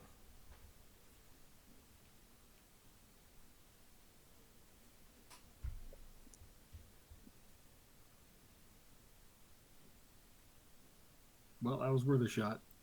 Yeah. Yeah, he apologized. I'm sorry. I'm still just. I don't know what they're saying. It's The spell worked, but I'm not understanding the language.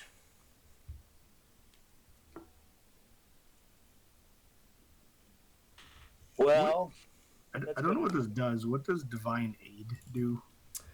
Divine aid gives you 10 disapproval, and it's immediate 10 on your disapproval. But it's you're asking your god for assistance with something, and it's completely by how you roll up to the judge. Like basically, you ask for your god to assist you in some way directly, and because you're asking for that direct assistance, you immediately incur a 10 to your disapproval range. So it's kind of definitely a last ditch, get out of jail kind of thing.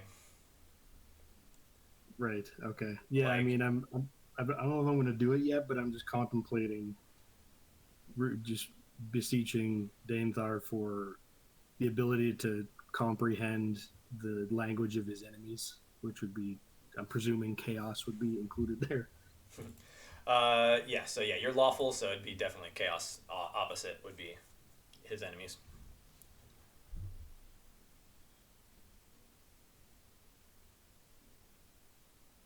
Ten disapproval's rough. Yeah. And depending on how you roll, it could be 10 disapproval for not very much. For nothing. Yeah, I know. Yeah, but that's one, I think if you role play it well enough, you can be like, you're down in the dungeon and a dragon is about to eat you, and last minute you're just like, Danthar, get me out of here. And you roll well enough, he could be like, all right, you're teleported back out of the dungeon just in time. That kind of roll. But that's kind of idea is that last ditch. If I'm going to take 10 disapproval, it's going to be like, okay, we're getting out because I'm not going to be able to heal. I'm not going to be able to do anything after this. Hundo, you were asking for a paralysis. I can make him stop moving if you want. Yeah, I don't know how much good that really does us in this. It seems pretty short term. I'm thinking about maybe stringing them up and seeing if their compatriots will try to rescue them. They probably would, but I would imagine it would be tomorrow. They probably would. My guess is that one that ran away is probably telling his friends. They're all panicking on what to do.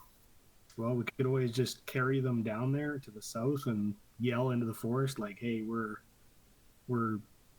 looking to trade, so to speak. Like, we'll give you your guys back if you give us all the shit back that you stole from the town and leave them alone." Yeah, I mean, it's a pretty simple notion. We might be able to communicate that even without language. Should we try that tomorrow, maybe when we're at an advantage or more of an advantage during the day? Yeah, let's secure these up tight, and I'm going to, wherever they are, put them in the shed or something, and a nice locked up place, and I'll take a nap with them just to catch up on some sleep. And then, I think it's a good idea in the daytime, see if we can march south and offer some kind of deal.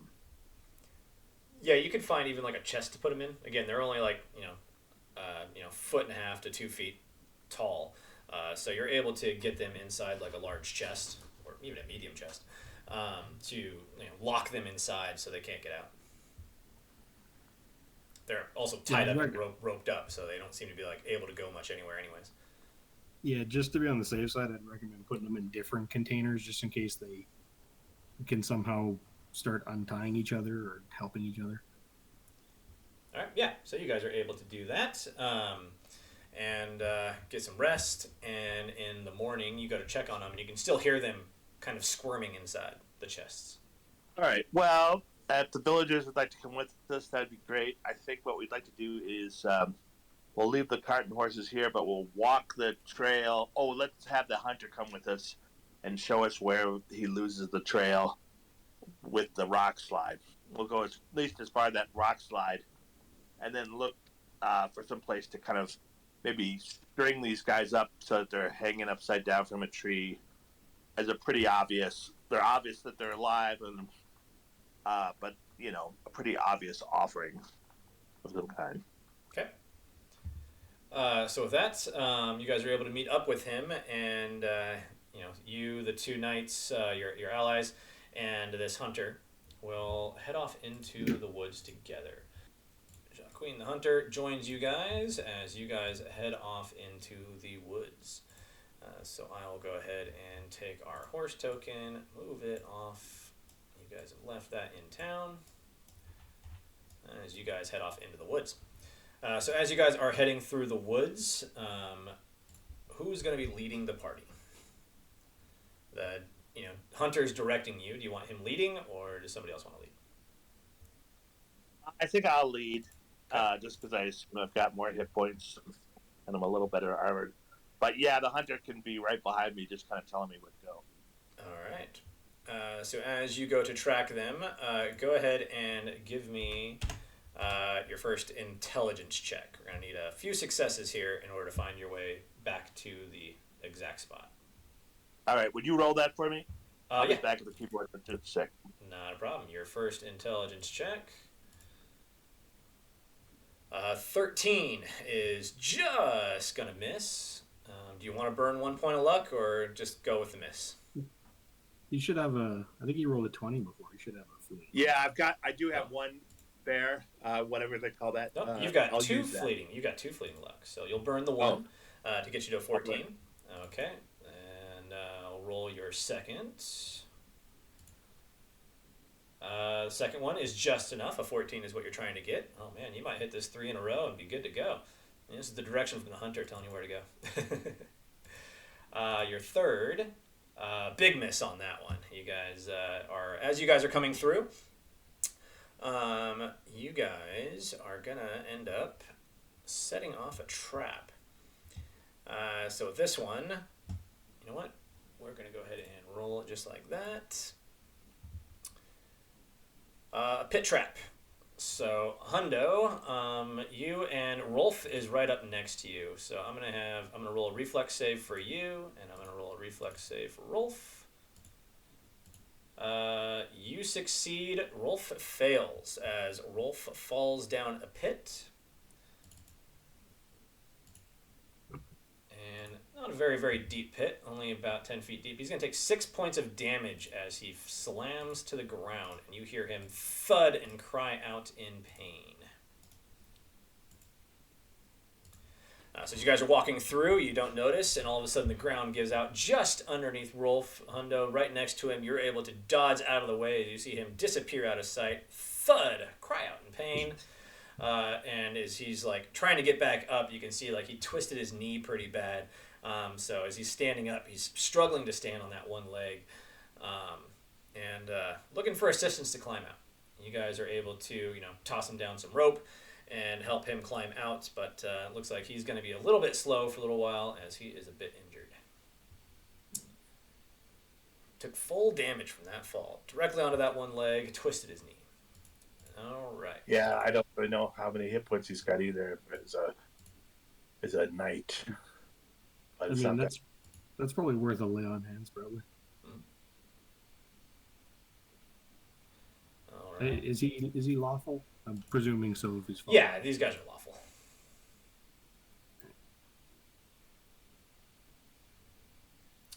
All right, same. He'll get his 2 hit dice. So this is d8s for him. So I'll go ahead and roll those 2 d8s. That is just more than enough that he needs. And the third hit die, the extra hit die, will help heal that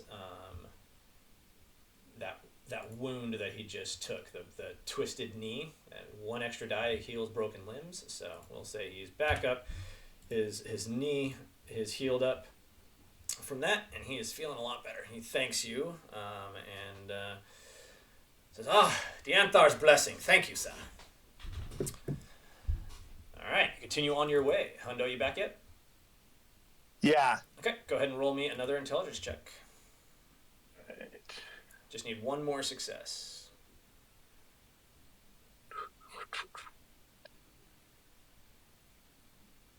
Oh, yeah, plenty. All right. So as you guys come to a clearing, you see a large hill. One side of the hill looks like it slid down, created kind of a cliff face where all this rock slide kind of happened. And the hunter, Jacqueline, tells you that it's in these rocks that I usually lose them. I'm not sure exactly where they head off to, but their trail usually leads to here. But I always lose them. I'm not sure exactly where they go from here. And are there we're in a forest, right? Are there trees right up to the edge of this rock slide area? Pretty close, I would say, to where the rock slide is. Even a couple trees got knocked down, so there's maybe a 10-foot clearing without any trees, and then there's like boulders, smaller rocks, and debris and things of that nature. Well, I'm thinking of just kind of putting on a display here, where we like take some rope, hang both of these sacks over from a high branch, and then maybe even take some more rope and make a little noose out of it, little tiny noose, and just to make the point, and hang that over that, and try to make that as visible as possible, and see if that has any that draws these guys out at all, makes them want to engage with us. Okay. You're able to do that, no problem. There are some big trees right there with some low branches that you're able to, throw your rope over and basically suspend both these guys in the sacks hanging there. You can hear them making their talking in their language. So once you've got them hanging up, what do you do? Well, I think to make the point, we'll probably shall we put our weapons away, and so that we don't have weapons in hand, and we'll make it look like we're open to parley. I don't know if they recognize the sign of a white flag, but maybe we could hang a little white piece of cloth or something. What other universal symbols of wanting to make a deal could we display? Okay.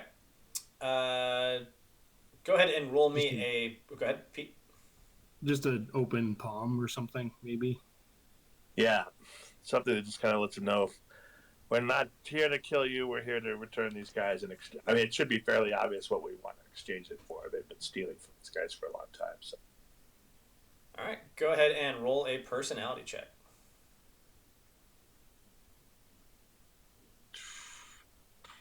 All right, very good. Rocking it. With that, it takes, you have them up there, you maybe call out, and with them, speaking in their chattering language, Jacqueline is kind of like positioned himself hidden back in the trees, and suddenly above one of the rocks, like in the middle of this rock slide, you see the head of one of these small creatures kind of pop up. This one, has, again, kind of a lizardy, kind of longer snout and large bulbous eyes on either side of the crown of the head, and kind of looking around. Almost like looks to this, its head turns to the side, so it's looking out one eye at you kind of idea. And it kind of looks back and forth, rapidly kind of looking and kind of skittering and drops down below the rocks again. Out of sight. all right. Well, when I spot it, I try to make a gesture, come here, like both hands pull in, and then put one hand like right in front of me, kind of gesturing. Why don't you come up here? All right. With that, you hear like a rock kind of bounce around. It looks like it got disturbed in some way and fell. And you hear some movement, and then the creature appears again, down a little ways, a little bit closer. Again, pops its head up above the rock, looks around a little bit, and then drops back down below the rock. Okay. Well, they're not attacking. I guess that's good. Maybe just a little patience will bring them around. All right. Go ahead and give me another personality check.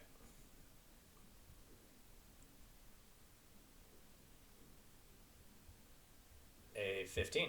All right. With that, at this point, you see two more pop their heads up in a different spot, a little off to the side. As these two pop their heads up, you see two small, what look like small little, I would say like almost softball sized, wooden, trying to think of how to describe this. Looks like a small little wooden cage that's like the size of a softball. Get flung at you guys. Go ahead and give me reflex saves, Hundo and Pete.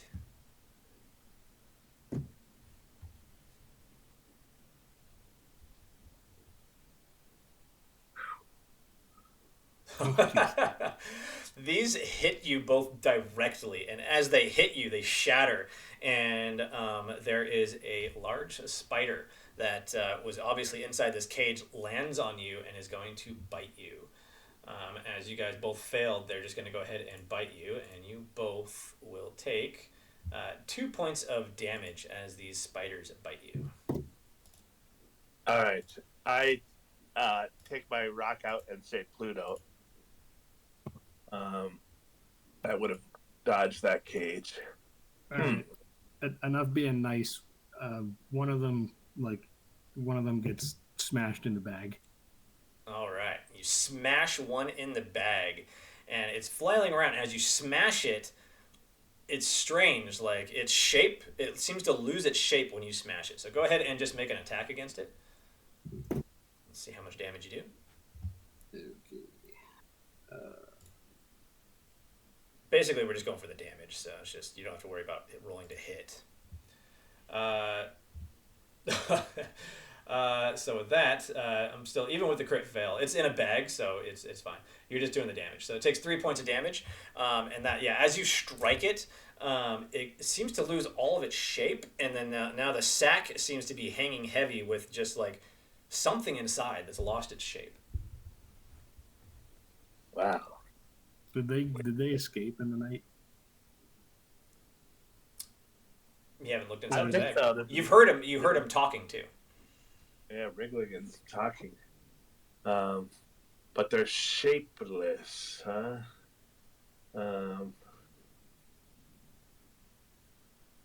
Does that cause any reaction from the?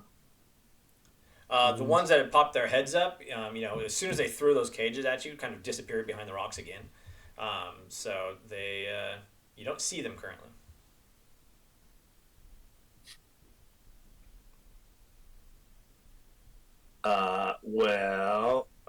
We could stab the bags instead of smashing them. We could set fire to them. We could. If they appear to have left or not visible, I'm gonna take the one that I smashed and look in the bag, because what's in there now. Okay. You take the bag down and start looking inside, and all that seems to be in the bag is like mud, clay, dirt, kind of mud.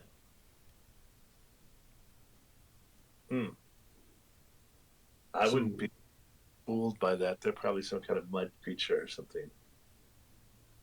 But or they terrestrial creatures. You don't see any bones. What? No loincloth or anything either. Huh? There's a small piece of cloth in there with it, yeah. Whatever clothes it had on, or makeshift clothes it had on, is in there, but then whatever its body was made out of seems to have melted into just mud and clay. I'm gonna try a detect magic spell. Okay. To see if I don't know if the remnants would glow anymore, probably not, but that other one that we haven't smashed yet, to see if maybe that one starts glowing. All right. Magical enchantment on any creature. You can tell that these creatures... Okay, so plus 4. That should be a so 20. 20? Okay. 20 can determine exactly which objects or creatures are magically enchanted within range. In addition, the spell reveals creatures of non-mortal origin, extraplanar creatures, demons, devils, celestials, undead, etc. Player can distinguish between magical creatures and non-mortal creatures. He can tell the different weapons or items. Okay, yeah, so you can tell that this creature was magically animated and created from things that you've read and heard, you get a sense that they are. You've never seen any like this, but some sort of either like familiar or homunculi type of creatures. Mm. So we have. I'm gonna try to explain to the group that there must be some kind of wizard out here that's creating these things.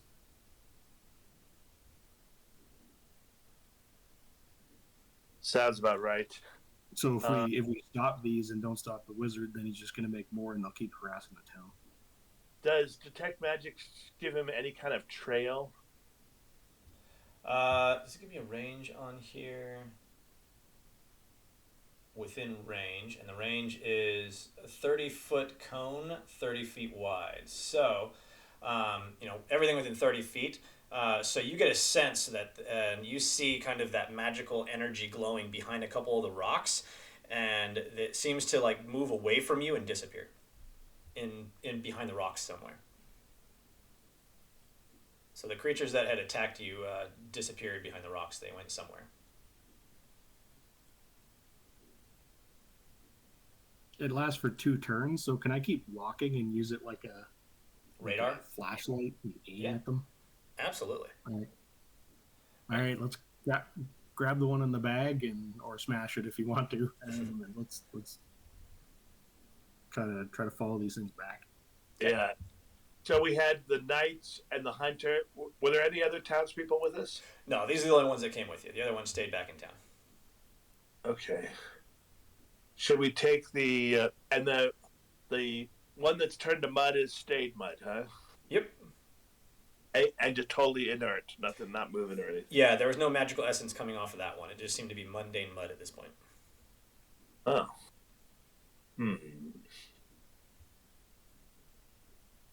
Well, do we keep this other one alive or smash him too? I don't know. I don't think it's worth anything if they're homunculi made of mud. They're not worth trading for. Yeah. They're not interested. All right, let's just smash that one too if we can. Okay. You smash it, and it too just turns into mud. All right. Well, I'm going from trying to trade plan to now loading my bow and arrow, and as soon as I see a head, I'm going to try to put an arrow in it. All right. So Pete, you start leading forward and trying to catch, the trail of these creatures. And as you go up a little ways, you can catch an essence coming from behind another one of the boulders. And the rocks here are really uneven and unsteady. So as you guys are going up here, it's a bit difficult terrain. So you have to take it nice and slow. But eventually you get up to one spot, and again, you can see that essence behind, and then that essence, again, kind of from that rock just disappears, like almost into the dirt. So as you crest around the edge of this rock, you see a small hole. It's maybe 2.5 to 3 feet in diameter at most. So large enough for you guys to crawl inside, but you wouldn't be able to walk upright inside.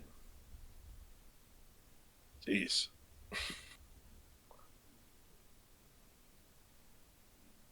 The worst of jumping down a small hole.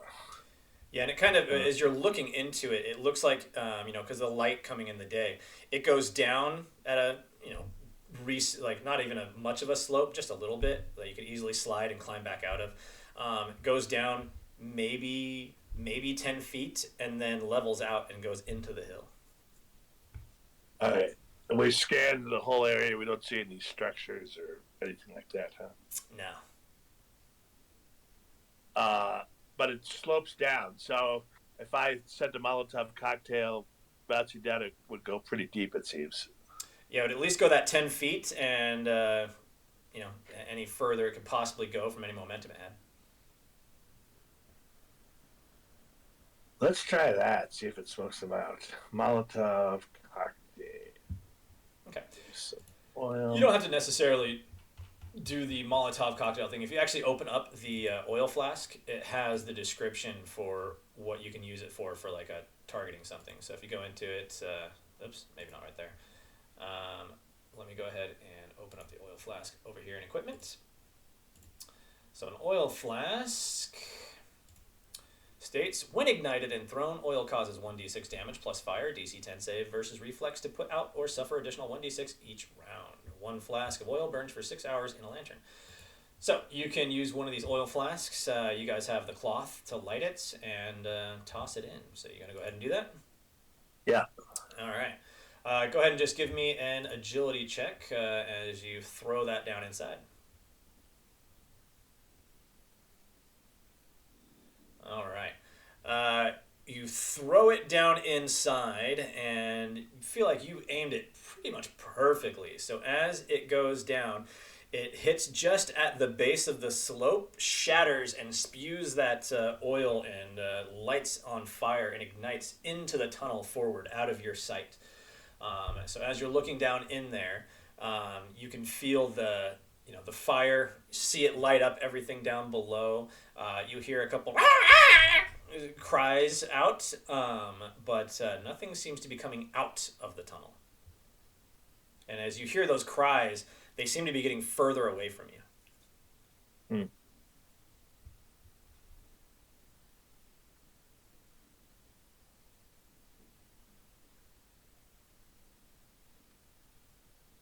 All right, what do you want to try, guys?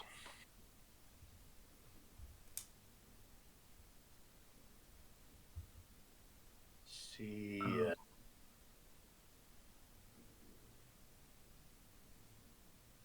How would I do that? You might need to crawl in there. The cave might open up, maybe.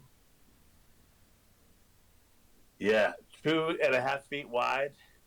Yeah, 2.5 to 3 feet, in diameter. So plenty of room to go on your hands and knees. You just can't walk like upright inside. Even with your armor on, you'd be able to go through there on your hands and knees without a problem.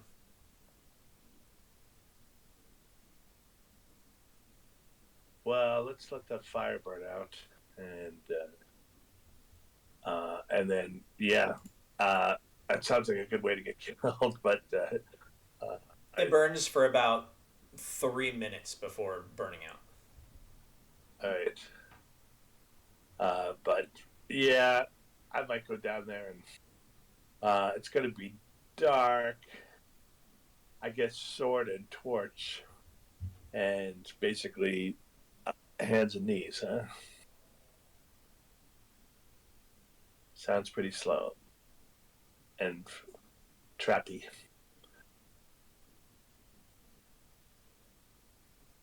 But I think I'll do that. 1 torch, 1 sword, and I'll go in just 10 feet at first and see if I can see anything. Okay. Anybody accompanying him? I don't know if that's a good idea. Do you want us to tie a rope to your ankle or something? Sure. So you can drag There's it always back. bound to be a trap in here somewhere, but I wouldn't want the hunter or one of the knights to get hit with it first here. So, I'm gonna just kind of on an exploratory basis first go in about feet. It's just one tunnel. So far, yeah, it looks like one tunnel as you head inside. So I'm going to go ahead and activate the next map. This is going to bring you both over. Pete, you won't be able to see anything because you currently don't have a token on the map. But as you come in, you have the torch lit. So as you come into the cavern, it slides down, like I said, about 10 feet at a very slight decline. And then levels out. And as it levels out, still about 2 to 3 feet, this tunnel, you crawl on your hands and knees, maybe another 15 feet into the hill, and then you see a small cavern that opens up. It's a bit wider, about 20 feet in diameter here, and it stands about 10 feet tall. So you're able to stand up inside this area. All right. You see what looks like makeshift palisades, like spiked, kind of just barriers. But easily you can, bypass those and move inside. And you see a bit of dirt and grime. And from this area, you see about 3 or 4 other again, 2 to 3 foot tunnels that lead out of this area. And are these ladders? No, those are like the spike little barricades. They're literally like, you could push them over. They're literally just like sticks. They're very small. Sticks that are sharpened and tied together to make these tiny little barriers.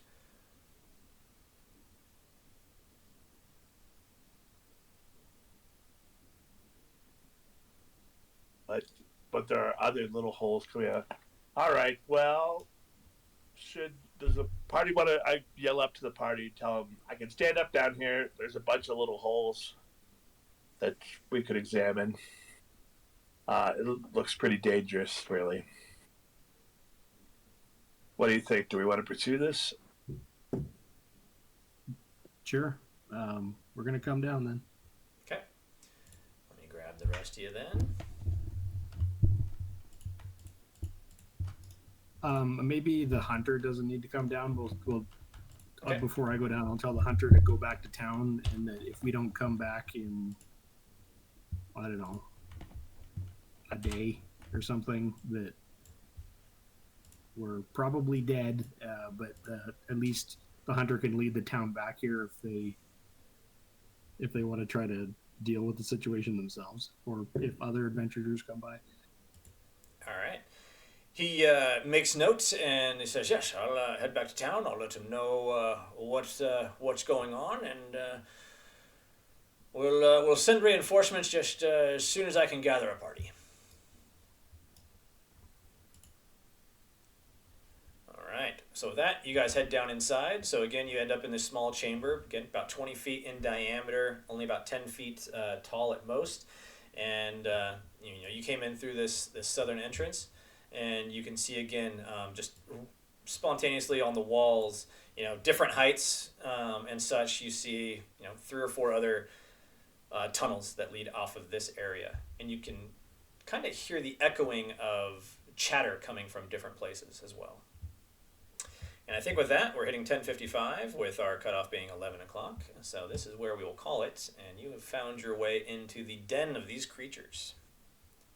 Yeah, not pretty dangerous looking. I mean, they're those little spikes. Yeah, they're literally maybe a foot tall. The branches that they used were like almost like just small sticks that they sharpened and tied together. So you could easily just like break these things, no problem. But they felt like they needed to make them apparently. Yeah. Yeah, well, they're still tricky, right? They were able to do 6 damage to Rolf, so. Yeah, they may be created creatures, but they seem to have a certain intelligence to be able to do all those tricks and traps and laugh and all that stuff. They're not just dumb golems, for sure. All right. So with that, we will reconvene here in a couple weeks. So thank you guys for playing. Thank you for watching this episode of Stories from Valtara. If you're interested in playing DCC but don't know where to start, check out the Dungeon Crawlers Discord link below, where countless open games are posted both online and in person. And if you're enjoying this series, don't forget to like and subscribe, and we will see you next time.